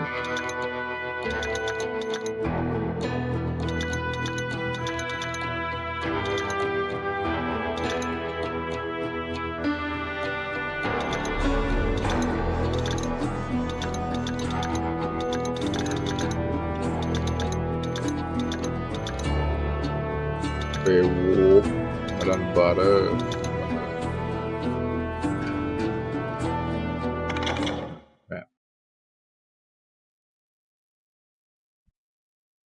My own brother.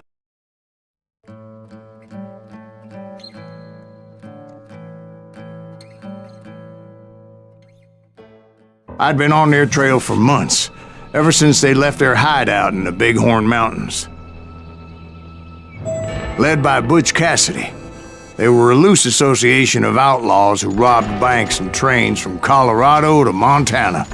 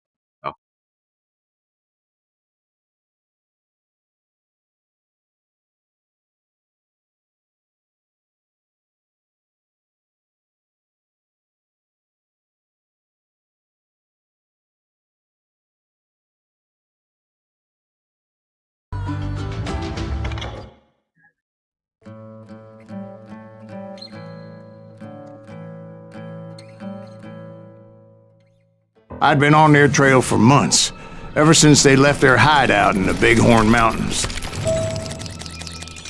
Led by Butch Cassidy, they were a loose association of outlaws who robbed banks and trains from Colorado to Montana. Among them was the Sundance Kid and that murderous hombre I was tracking, Roscoe Bob Bryant.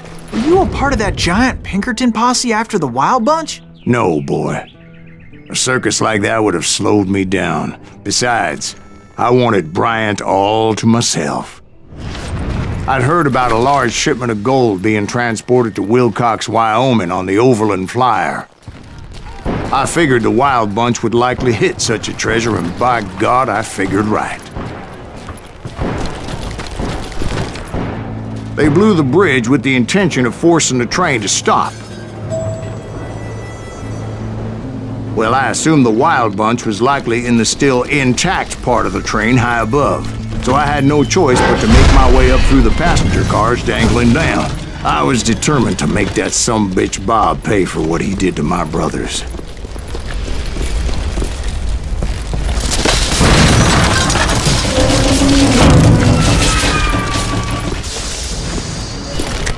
I found the device they used to blow the tracks, so I knew I was headed in the right direction. My ears are still ringing from blowing up that bridge. What'd you say? I can't hear. Well, I made my way off unscathed and came upon a few members of the gang and had no choice but to dispatch them. From there, I had to negotiate an even more precarious route. But first, I would need to get my ass out of there.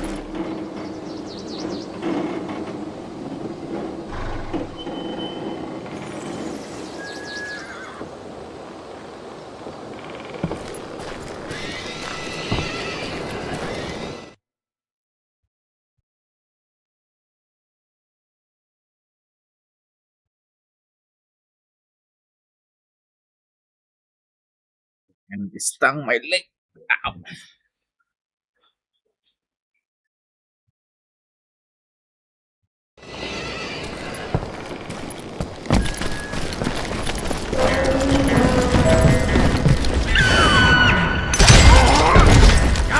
I jumped from the frying pan into the fire as the train was clearly fixing to fall.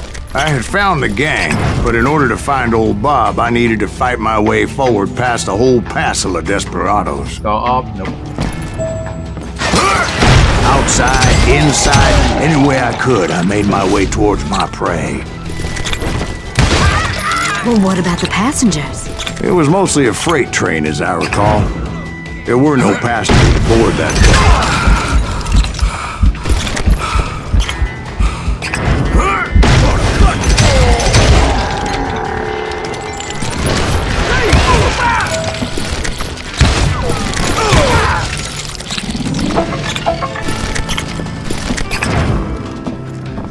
As I mentioned before, I am not fond of heights, but I was too busy dodging bullets to worry about falling to my death. Odds were I was likely to die that day anyway, so I was determined to take down as many of those bastards as I could. That must have hurt.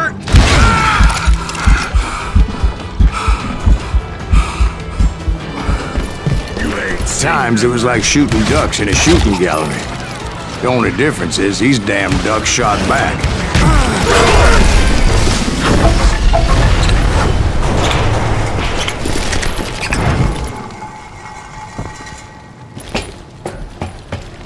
I kept hoping the law would show up and give me a hand. You mean like that giant Pinkerton posse that I read about? Did they come riding in, guns a-blazing to help?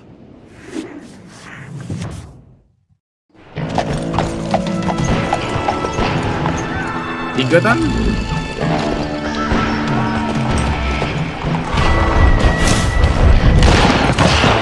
In real life, nobody like Pinkerton.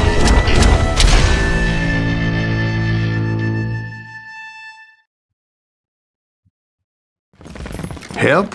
From the Pinkertons? No, son.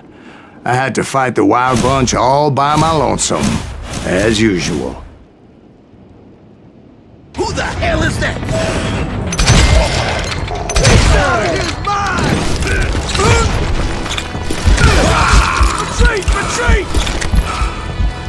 He's killing everybody! Calm down, you won't get away with it! You're gonna have to do better than that!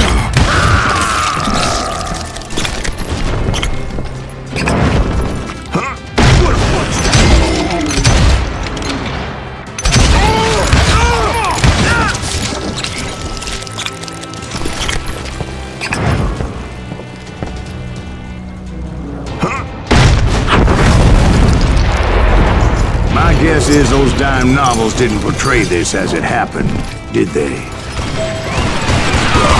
Only a few stragglers were left. I had to cut them down pronto if I was going to stay on old Bob's trail.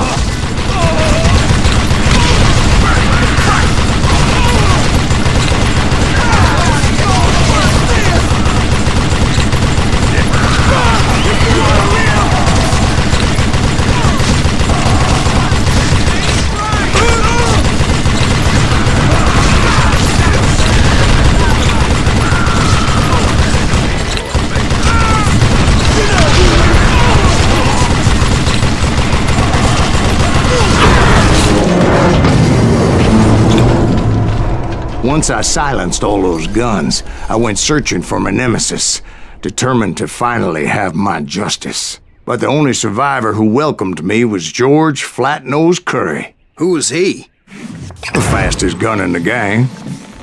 Right after Sundance, I mean. And Kid Curry, and maybe Elsie Lay. Though some folks might dispute that.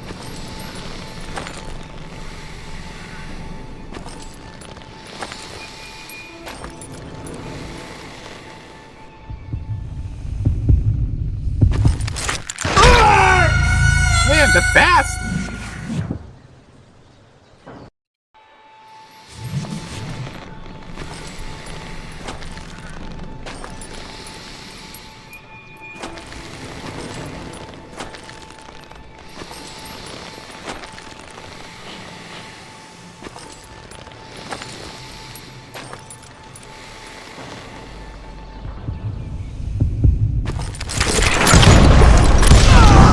On that very same day, Butch Cassidy and the Sundance Kid decided to leave the Wild Bunch behind and decamped for South America.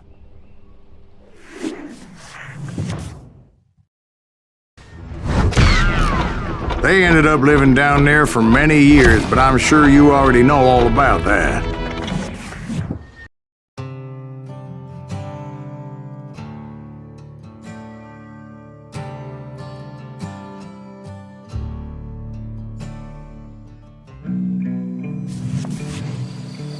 I tried to find Bob Bryant, but it was as if he'd disappeared. Sometime later, I heard the Wild Bunch was back together. Kid Curry escaped from jail, and now he was running the whole shebang. So I took to their trail, as I was still in pursuit of my brother's killer and hoped that he was back with him.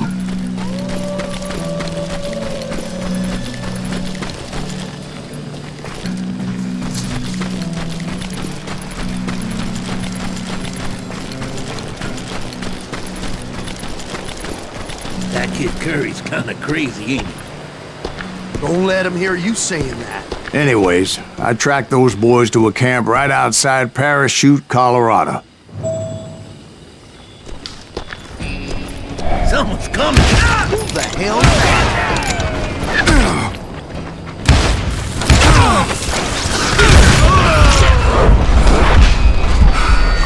Being outnumbered, I didn't bother with a warning shot. I just started taking those bastards down. Old Bob wasn't among them, and neither was Kid Curry. I could sense him close by, however, plotting something nasty. I just needed a clue as to their whereabouts.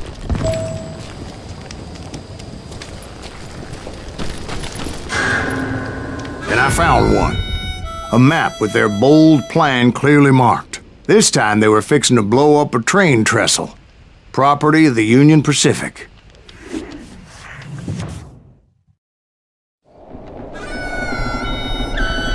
The plan clearly indicated how they were fixing to undermine several of the weakest wooden supports.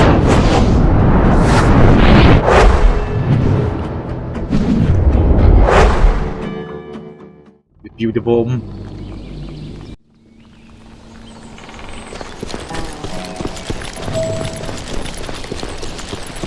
Kid Curry was considered the wildest of the wild bunch.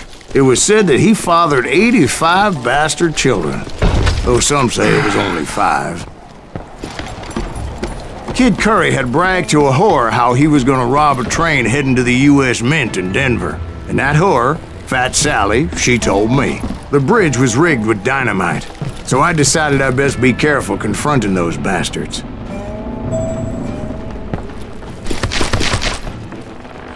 And I made it a point to remove any dynamite that I came across. A moment later, I saw a ladder that somehow had escaped my attention. Don't worry, I know what I'm doing.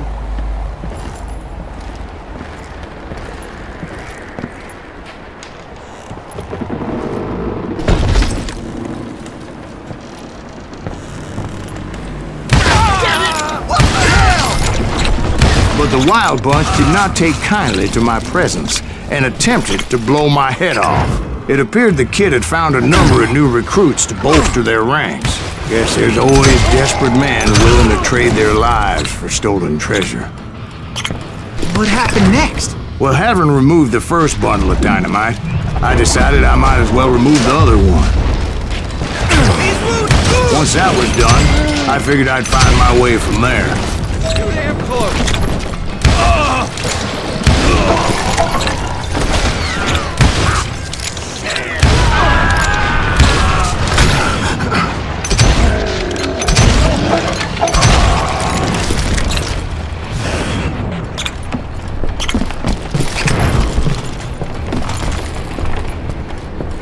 Ready to meet you, you just brought me.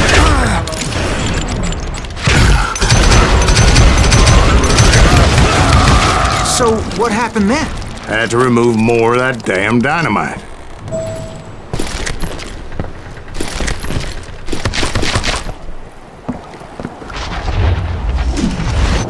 It must have been terrifying trying to make your way across.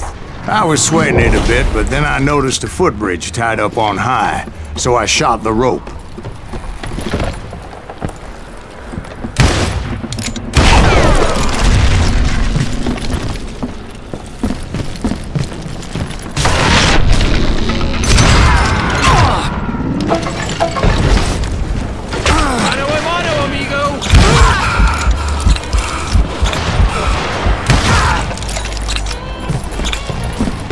So that was all the dynamite? Well, funny you should mention that, darling. As actually there was a fourth charge impeding my progress.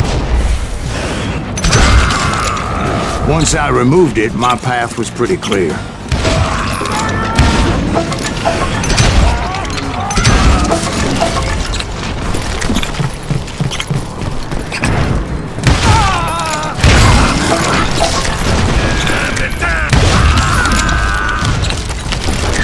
So I proceeded onward and realized that that way just wasn't going to work. I needed an alternate path forward.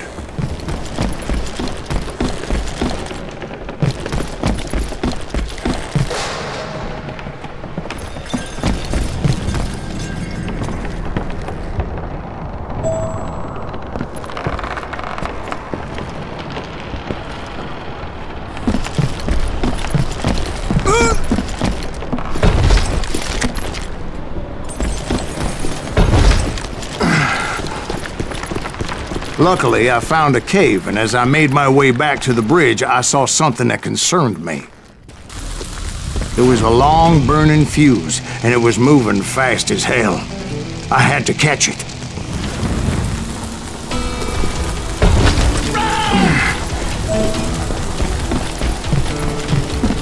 The burning fuse was so damn quick, I had to run like the wind. I almost had it, but no.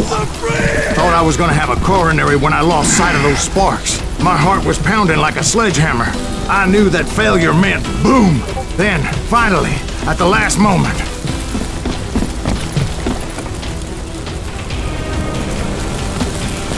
Whew.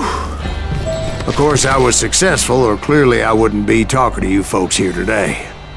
Naturally, I removed the last dynamite charge.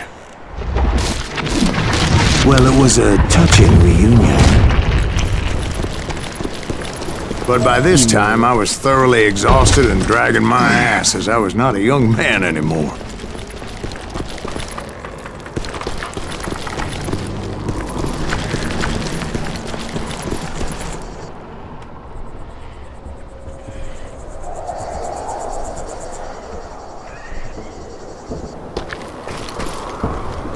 kill that SOB! Make him bleed! Finally, I found those boys.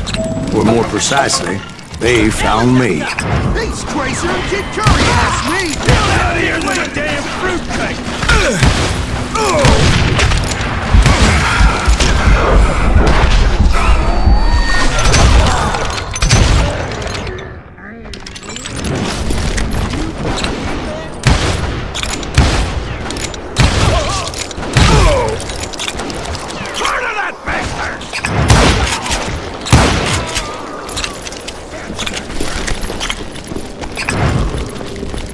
Just when I thought things couldn't get worse, Kid Curry opened up on me with a goddamn Gatling gun. It was hidden in this tunnel and pretty well shielded.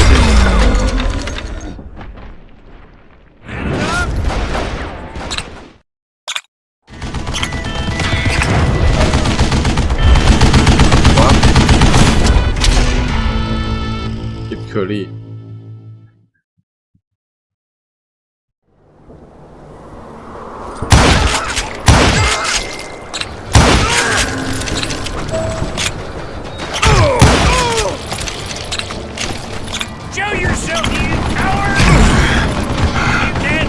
Luckily, I had located some dynamite. I still, however, had my work cut out for me.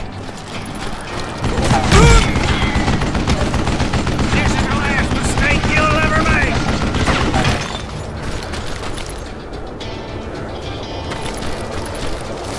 Are you kidding me? Damn it, I need some help here! Need a horse, baby! Wait.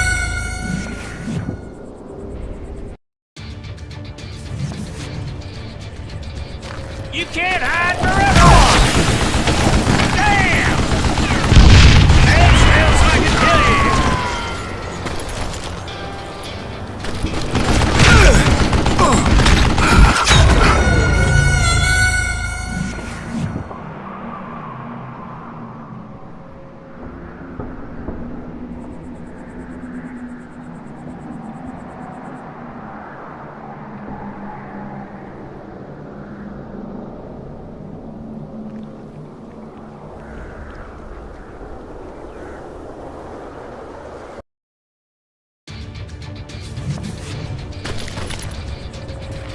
What are you? You? Time for you to lay down and die. God damn it, I need some help here. Got it. Come on, boys. Take this son of a I can't beat back faster. Give me a hand here, goddammit. Eventually, I brought that tunnel down. And that's when I met Kid Curry himself. He had decided to stop pussyfooting around and deal with me personally.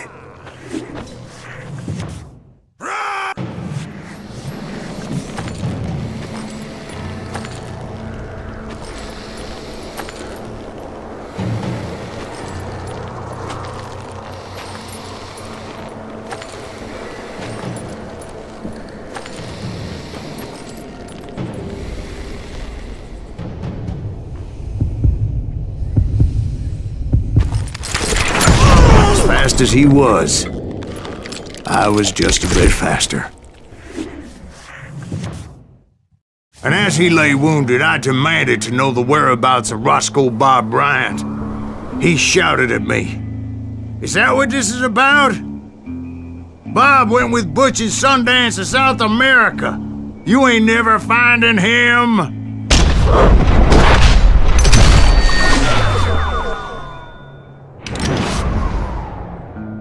Those were his last words.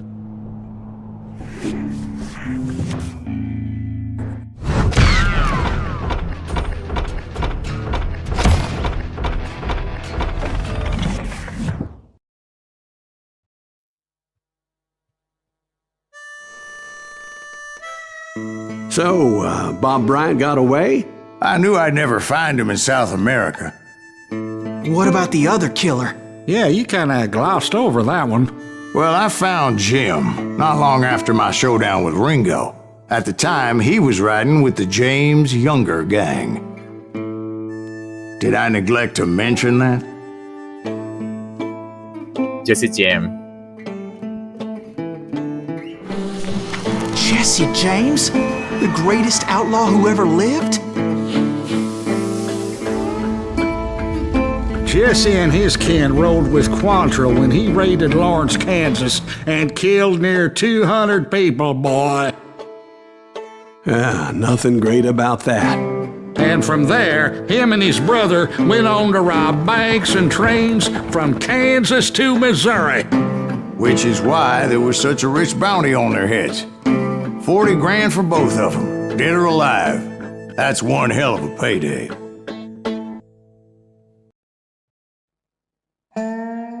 Is in history Jesse died because his team killed him.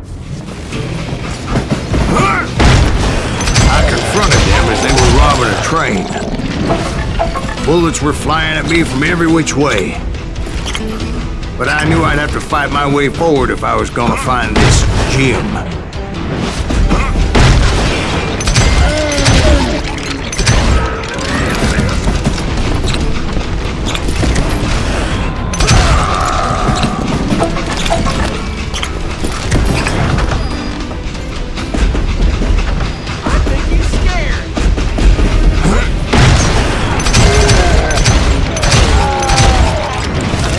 Now, wait a second. How'd they stop this train in the first place? Well, the James boys were experts at this.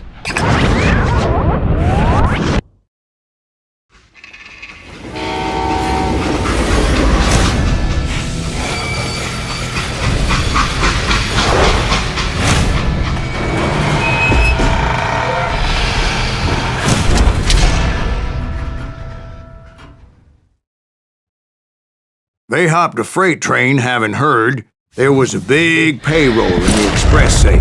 So, I hopped the same train.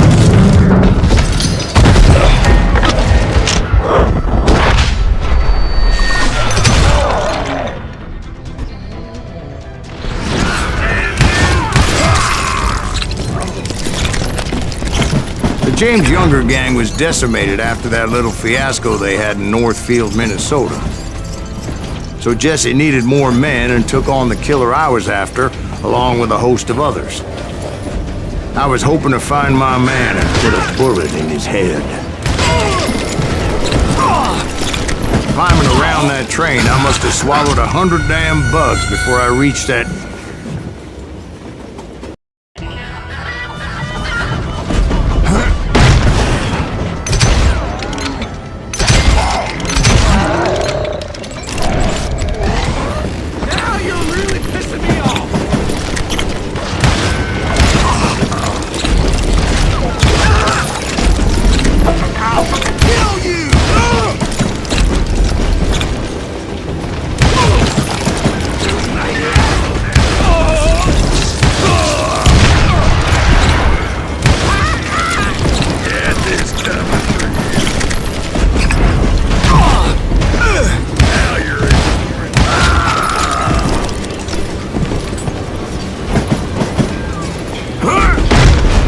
Anyway, excuse me, man. Where would I find the gentleman's facilities? Suddenly I have an urgent need to drain my one-eyed snake. Well, I've had more than a few drinks, and I've been sitting here for quite a spell. Right through there. Let me show you.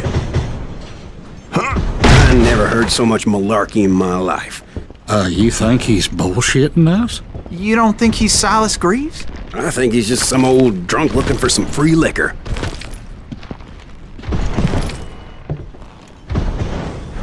I don't know, Jack. I think I believe him. You don't think he met Jesse James?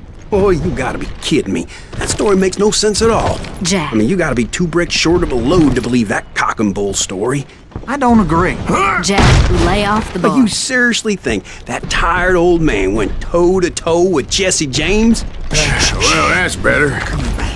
Did I mention that this Jim was married to the infamous Belle Starr? Of course, I didn't learn that until later. Anyway, I made my way forward the best I could. Around the sides, over the roof. At some point, some sumbitch saw me and shouted out, "It's a damn Pinkerton!" It's a damn Pinkerton! Now, I never worked for that limey cocksucker, but I guess they assumed I was one of his assassins. Those evil bastards firebombed Jesse's mother's house and killed his stepbrother.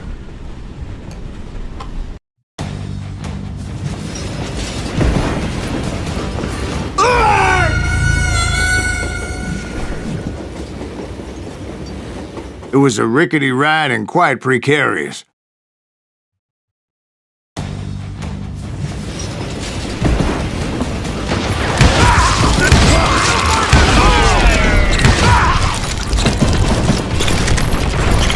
You know who we are!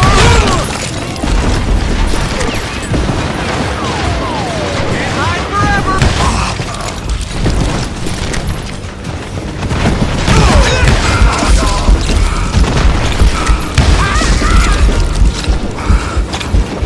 It was no wonder each and every asshole on that train wanted me dead. Everybody's always mistaking you for somebody else, aren't they? Why is that, I wonder? You rightly know, Jack. I'm just telling you how I remember it. I bet you are. I came across a flat car piled high with logs and had to come up with a creative way to make my way forward.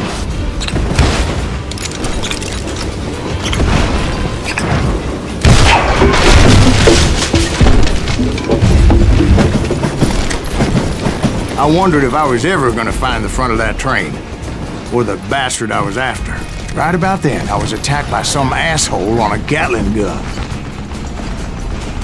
Yeah, seems like you run into a lot of them. Asshole? Gatling guns. Yes, I did. Now, I don't remember how I took it out. It was either a bullet or dynamite. Where would you find dynamite? Does it really matter, Jack? You're messing with the flow of the story here.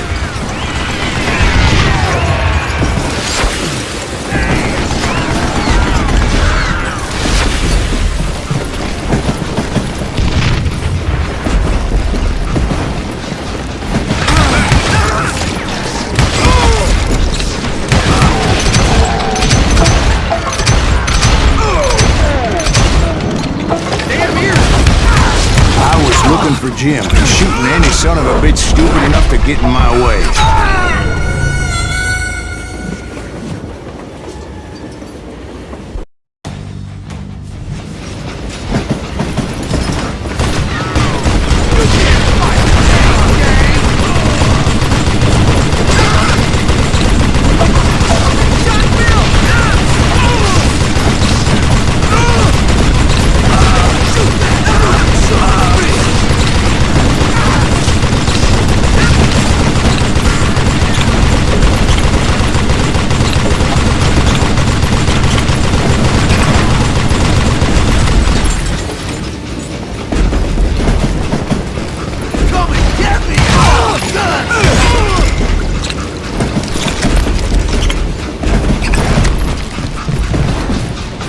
And that included Jesse James himself.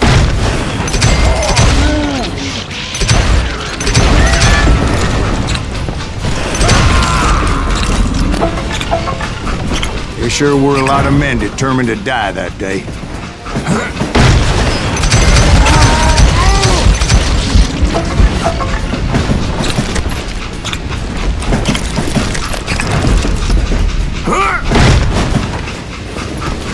It was then that Jesse detached the express car from the rest of the damn train.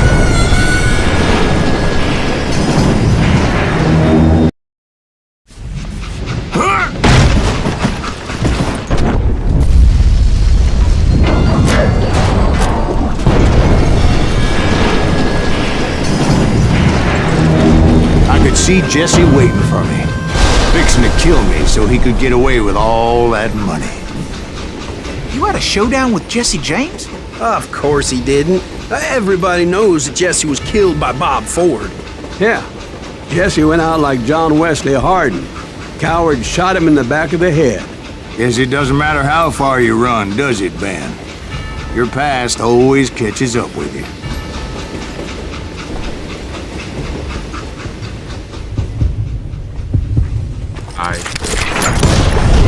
Yeah, I didn't kill Jesse James.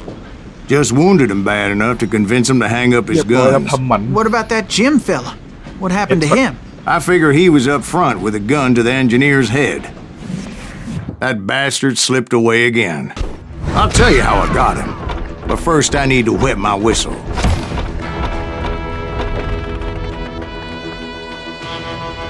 บอกยิงไปเจสซี่ไปตายมันหนีไปได้แล้วก็โดนป๊อปฆ่าตาย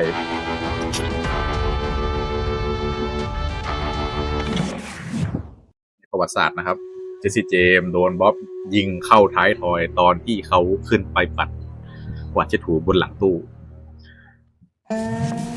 After my showdown with Jesse, I continued to track his brother, Frank, and that son of a bitch Jim.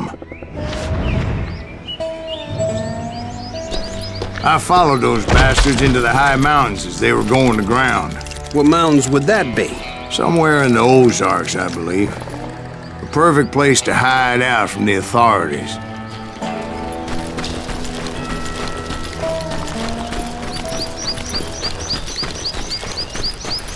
In fact, before I could find them, some Indians who fled the Reds and were hiding out from the military found me first. They probably thought I was a cavalry scout and didn't want me telling the military where they were. Indians? Yeah, they could have been Cheyenne, but there was all sorts of renegades roaming the landscape back then.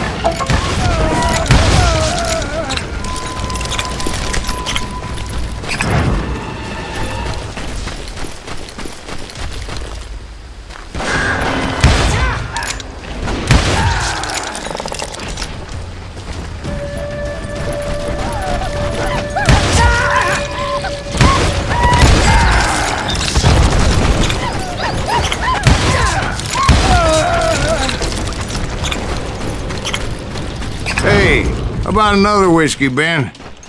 Nothing better to soothe the troubled soul.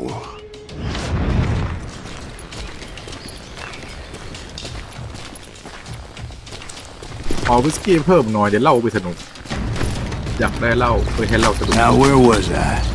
Indians, right. I had more than my share of run-ins with the Red Man.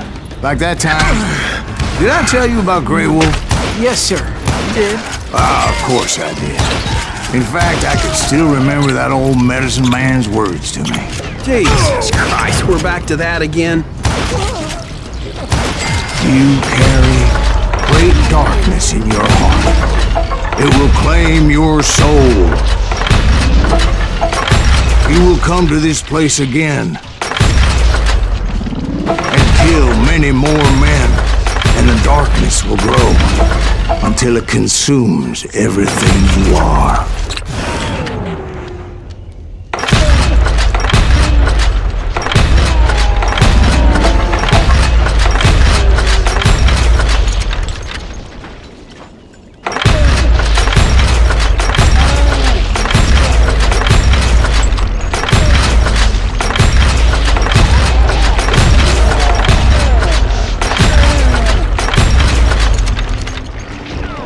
So, did you ever find it?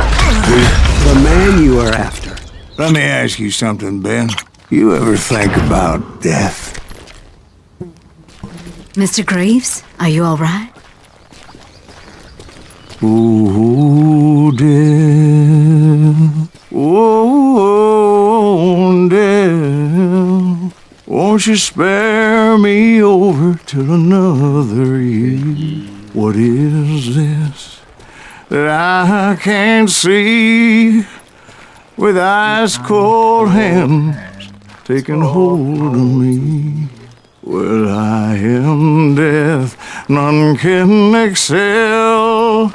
I'll open the door to heaven or hell. Oh, death, someone would pray. Could you wait to call me another day? Oh, death. Oh, death. Won't you spare me over till another year? So, are you going to answer the question? What question is that? Jim Reed. Did you ever find him? หลบตรงนี้ก็โดนกวนตี Oh, death, won't you spare me over till another So are you gonna answer the question? What question is that? Jim Reed. Did you ever find him? Reed was indeed that son-bitch's surname. That's right, Ben. A despicable character. I remember him laughing like a hyena that cold morning they lynched me and my brothers. He was intent on avoiding my vengeance, but nothing was gonna stop me. Nothing.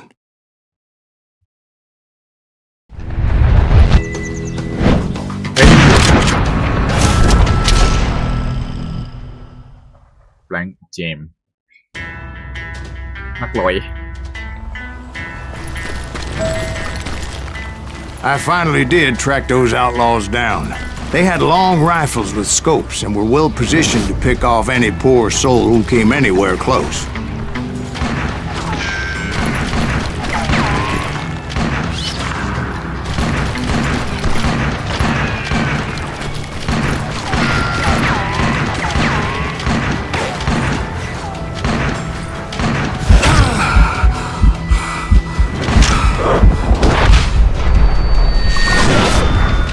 ห้ามมองห้ามมอง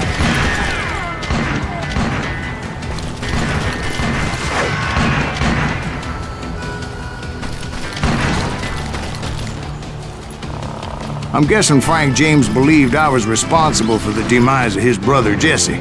I couldn't really disagree with the man, as I thought Jesse was dead then as well. He backed off as I closed in on him, but he was still intent on killing me.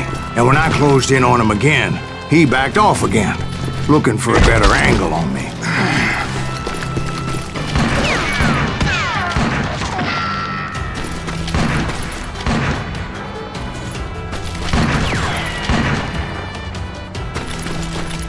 Hell, I can't fault Frank for wanting his revenge, as I was there for the same damn reason myself. At this point, I'm guessing you think Silas Greaves is a worse murderer than Jim Reed ever was. No, sir. A man who spent half his life killing somebody's brothers, fathers, sons.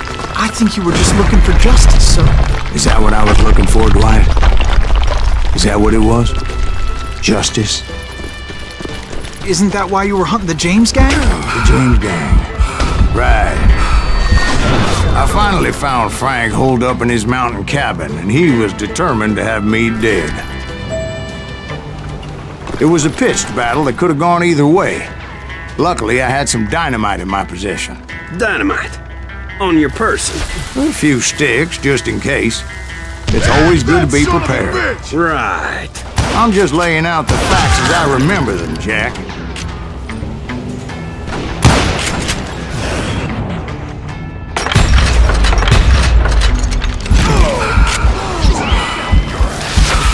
This is gonna hurt! Take him out! Oh, man! Put him down! I want that bastard dead! Cut you!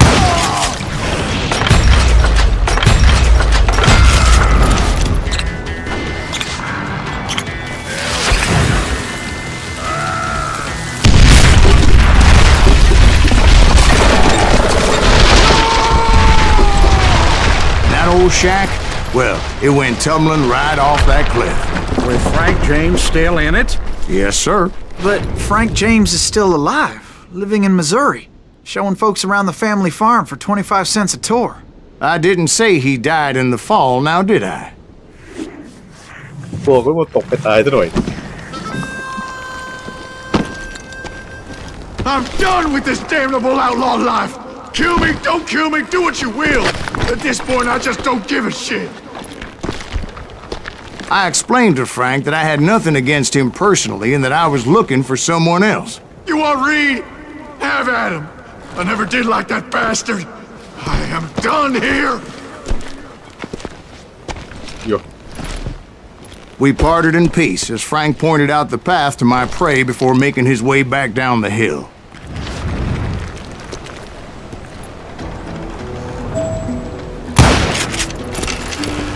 เริ่มเป็นคนเลวไม่เอาแล้วไม่อยากเป็นโจร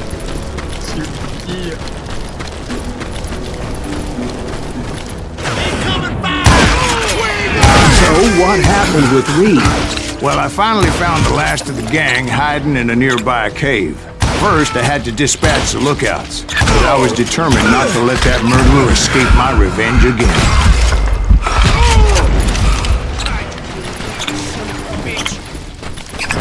But rather than wander in willy-nilly, I decided it would be better to smoke that sumbitch out. Hey, Reed! I shouted. No wonder you're so ornery. Can't be easy being married to Belle Starr. While you're off providing for the family, she's spreading her legs for every Tom, Dick, and Cole Younger. Not an attractive woman exactly, but very friendly. At least she was to me. Son of a bitch! It was then that the last bunch of bandits jumped out of hiding. Why won't this asshole give up? Would someone please kill him?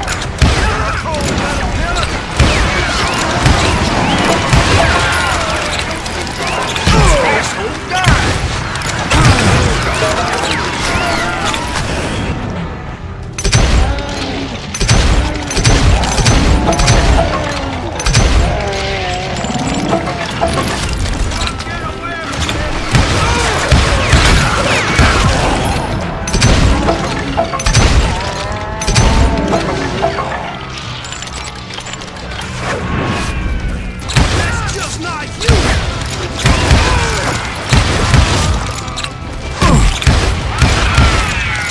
Eventually, it was just me and Reed.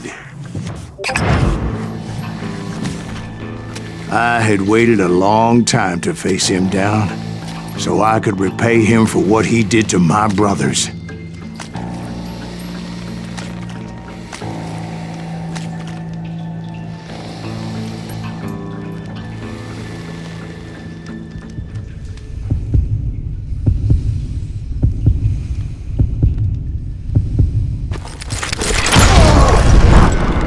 And repay him I did.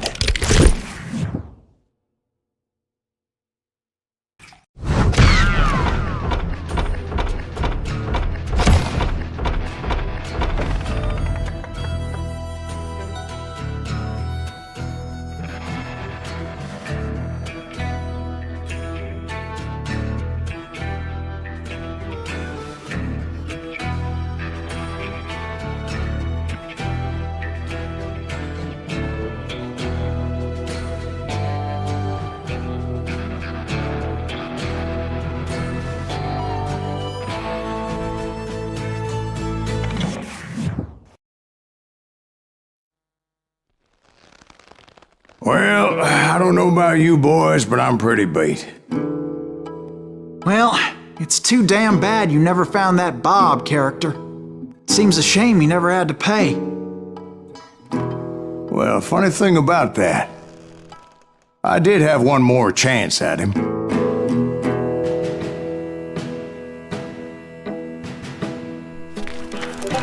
Six months ago, I heard that Butch and Sundance were back in the States and had gathered up some of their old gang. I tracked them down, hoping that Roscoe Bob Bryant had returned with them. So you're saying they didn't die down in Bolivia? That's what I'm saying.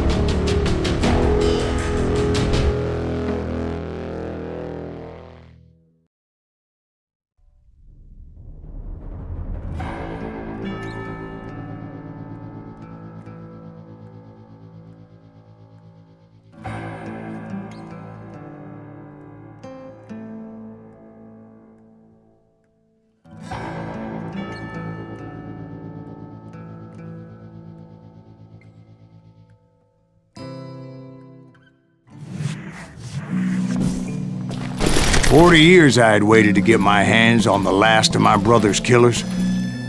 Not even an army of demons could have stopped me now.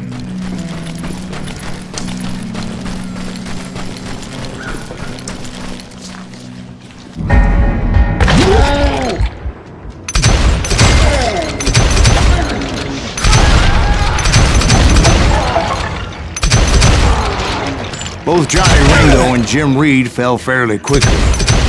But the last one, Roscoe Bob Bryant, that son of a bitch had managed to escape my vengeance time and time again. I couldn't even be certain I'd recognize him after all those years. By now, he had to be close to 70. For all you know, he could have been dead. That thought had indeed crossed my mind, as did others. For instance, did my thirst for vengeance turn me into something worse than the man I was after? By this point in my storied career, I had killed more men than Bob Bryant ever had. I was furious as hell at that bastard for making me who I am.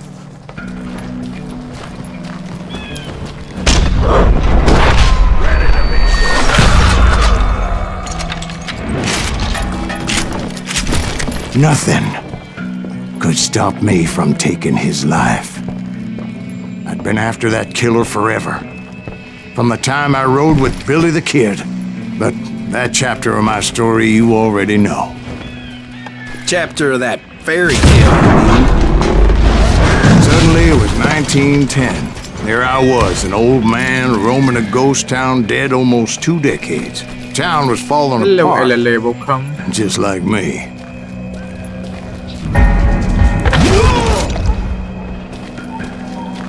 But I wasn't about to call it quits. Thank you for welcome, brother. Uh-oh. No, the ratas. Damn is that? Oh my god, it's targeting me because of the coffee. Oh, was he?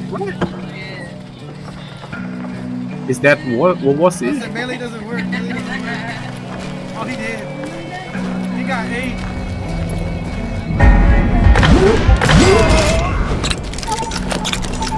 Even though the ghosts of my dead brothers were begging me to end what I started so long ago. Mr. Graves, are you all right? Would you like some water? The Wild Bunch knew I was there. They were after a treasure they had hidden before they fled, buried in the grave of a dead amigo. I intended to fill that grave with Bob Bryant's corpse. But like I said, the bandits knew I was onto them. They lured me in and hit me with everything they had.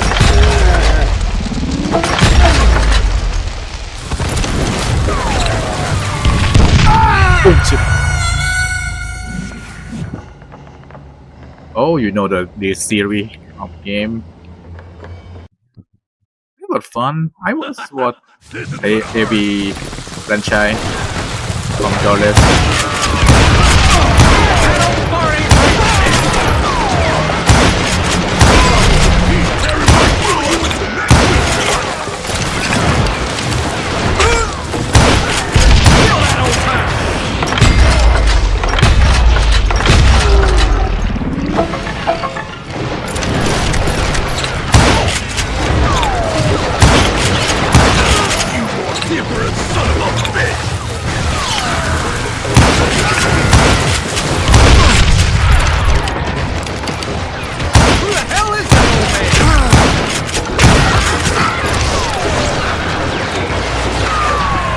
But you obviously prevailed since you're sitting here telling us today.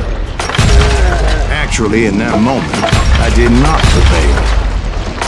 So I suppose we're talking to a ghost. Funny you should put it like that, Jack. Put that geezer in the ground!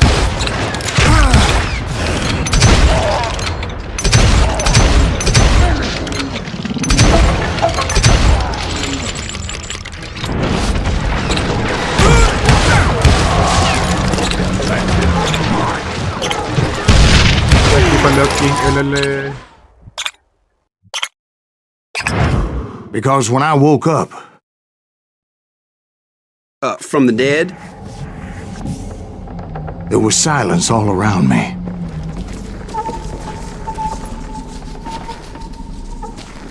I could swear to God I saw Billy then. Billy who? Billy the Kid. William Bonney. He was shooting at me from a rooftop. Here and there. Even over there. So I am right. You are touched in the head. Mr. Graves, perhaps we should switch you to coffee? You see that old Indian again, too? No, but I did see Billy's killer.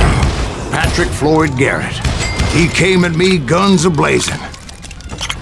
But I knew that old war horse had died 2 years before. I wondered if maybe I was dead too and confronting the ghosts of my past. Perhaps all my sins were coming back to haunt me and drag me down to perdition. I saw Henry Plummer throw dynamite at me.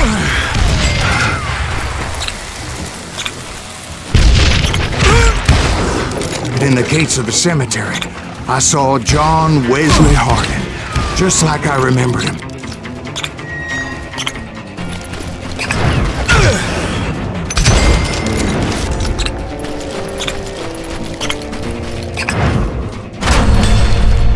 Robert Ollinger appeared with his terrible double-barrel shotgun. But no ghost army was stopping me. My father-in-law got hit with a falling branch. He spent the rest of his life talking to dogs. Newman Hayes Clanton, William Brocious, John Peters Ringo, they all wanted me dead.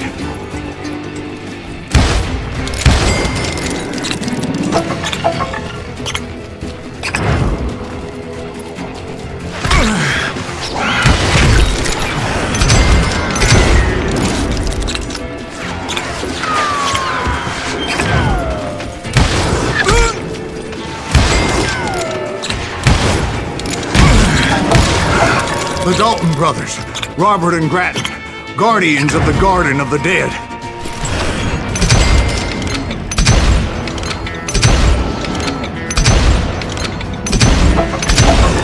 George Curry and Harvey Logan, alias Kid Curry, both thirsty for vengeance from the great beyond.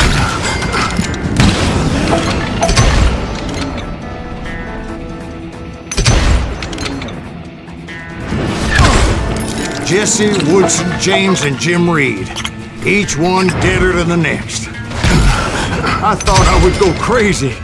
Thought?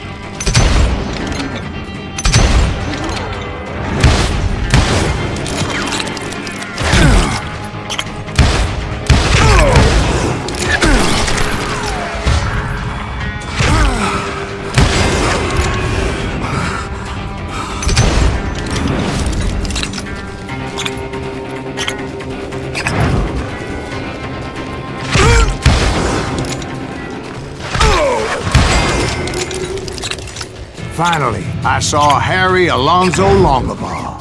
The Sundance Kid? Like a general leading his legion of the dead. You told us before that you'd seen him alive.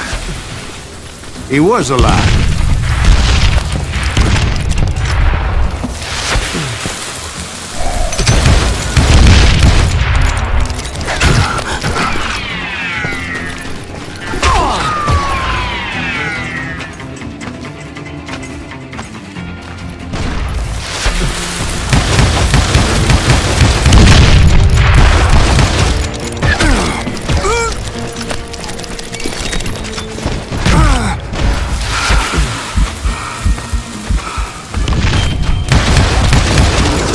Then I heard a voice call to me from afar.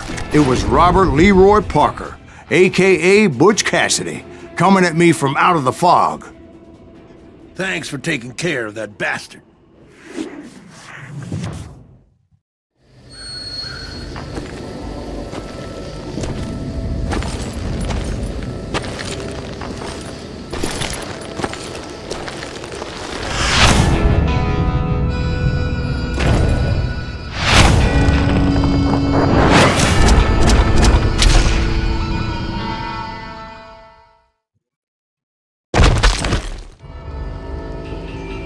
But the kid wasn't quite deceased.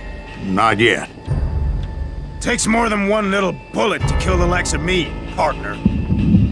Those two looked like they hadn't seen each other for quite a while. Clearly, they were no longer amigos. Shit. I was hoping I wouldn't have to kill you. You won't have to, Butch. I'm killing you first.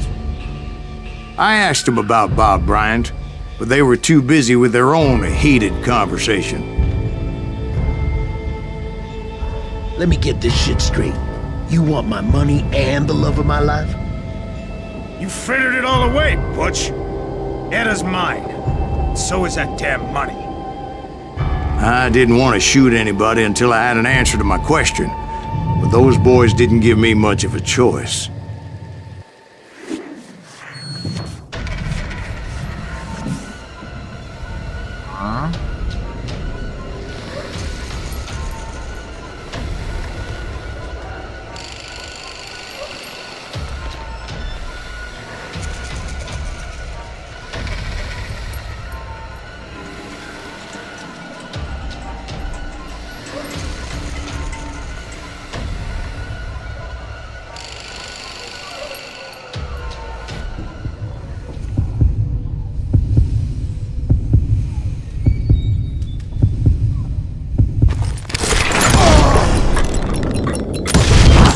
Butch Cassidy and the Sundance Kid died there in that cemetery not 6 months ago.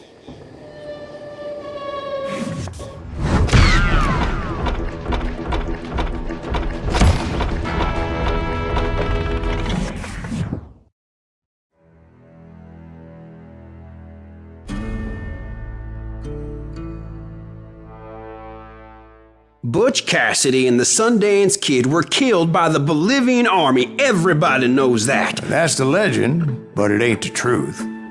So, you never found Bob? There is no Bob. This old sumbitch ain't even Silas Greaves. Sir, is that true? Have you been pulling our legs this whole time? Well, not the whole time. Oh man, I think you've worn out your welcome here. Maybe you're right, Jack. Maybe it's time to pay. You see, Ben, or should I say Bob, your past always catches up with you. Ooh. I was a different man back then, crazy. Drinking, I've changed my ways, I swear to you. If I could turn back the clock, But you can't, Bob.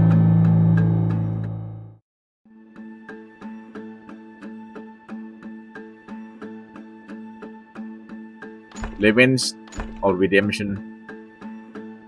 For all those years past, all the Silas want is a revenge.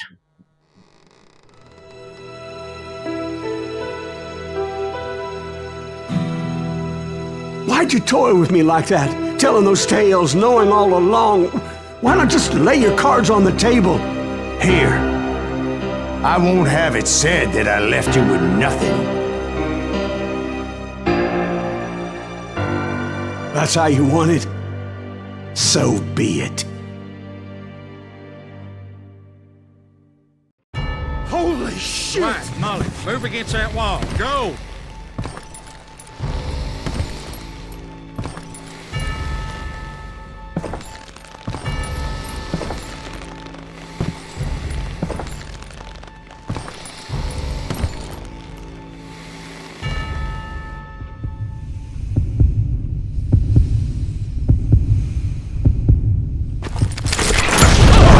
Oh my God! Oh Jesus!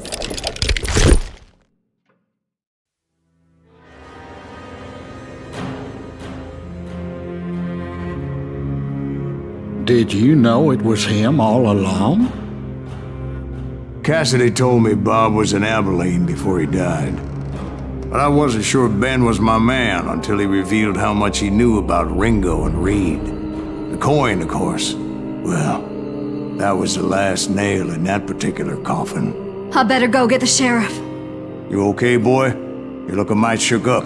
Dwight, maybe you best go home. Young Eisenhower here is leaving for West Point tomorrow. He shouldn't get caught up in something like this.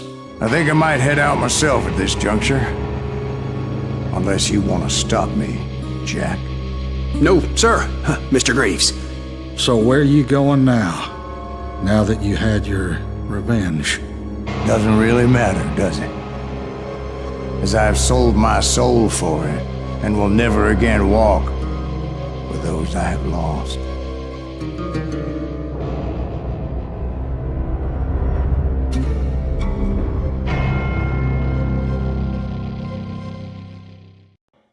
Ooh, dear. Oh, dear. Won't you spare me over till another year?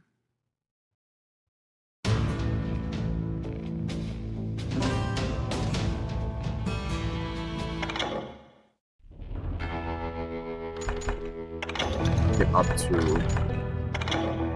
John Hardin.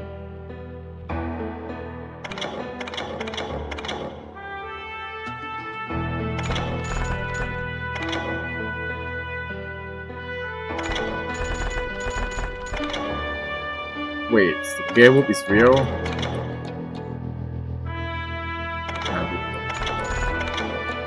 Dog holiday.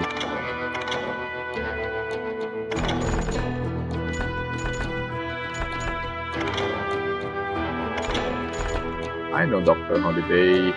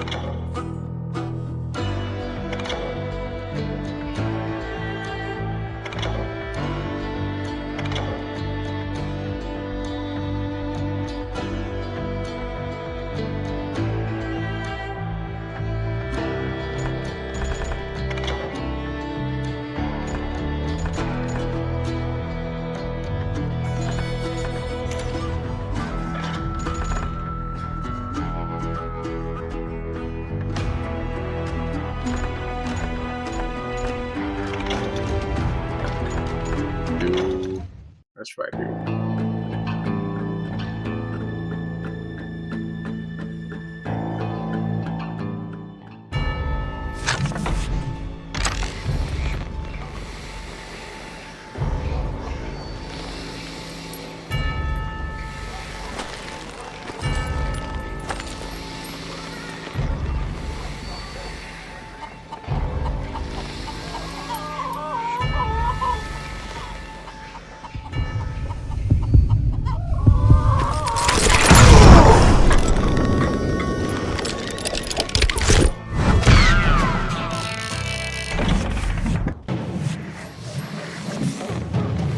So do is mean boss fight everyone.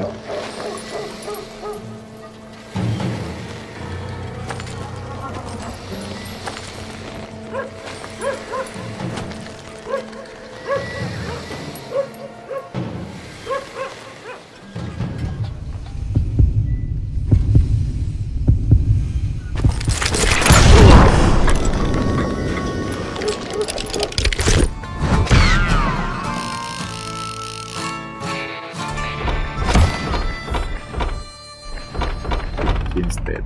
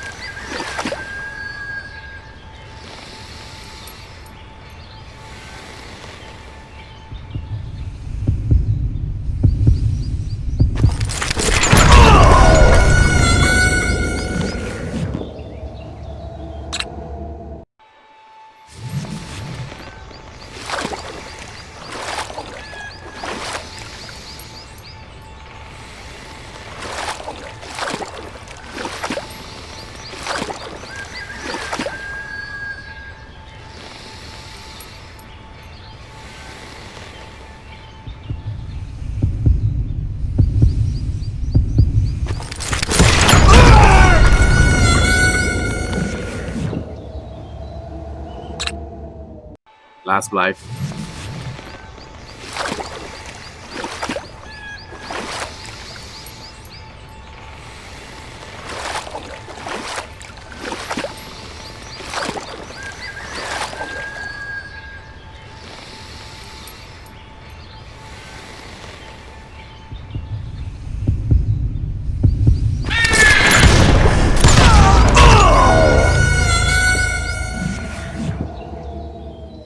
game over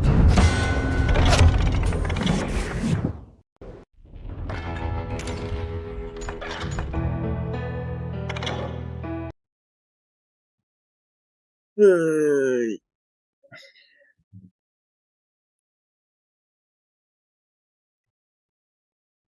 Thank you everyone for watching and go to dinner now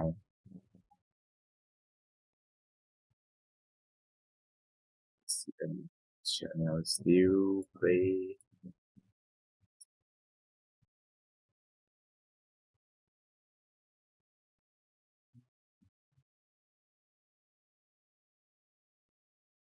Dirty Hunt Channels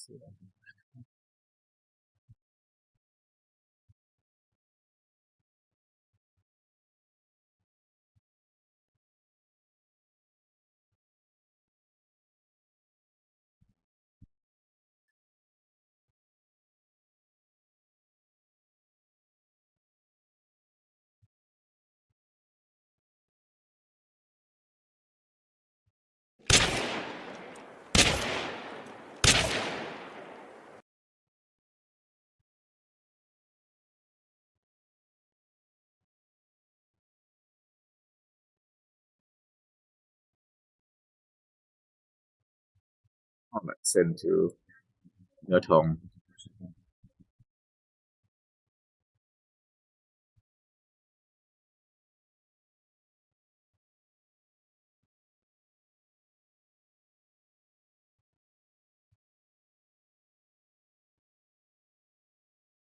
Here raise message or you can use your own version starting rate in 3 2 1 bye bye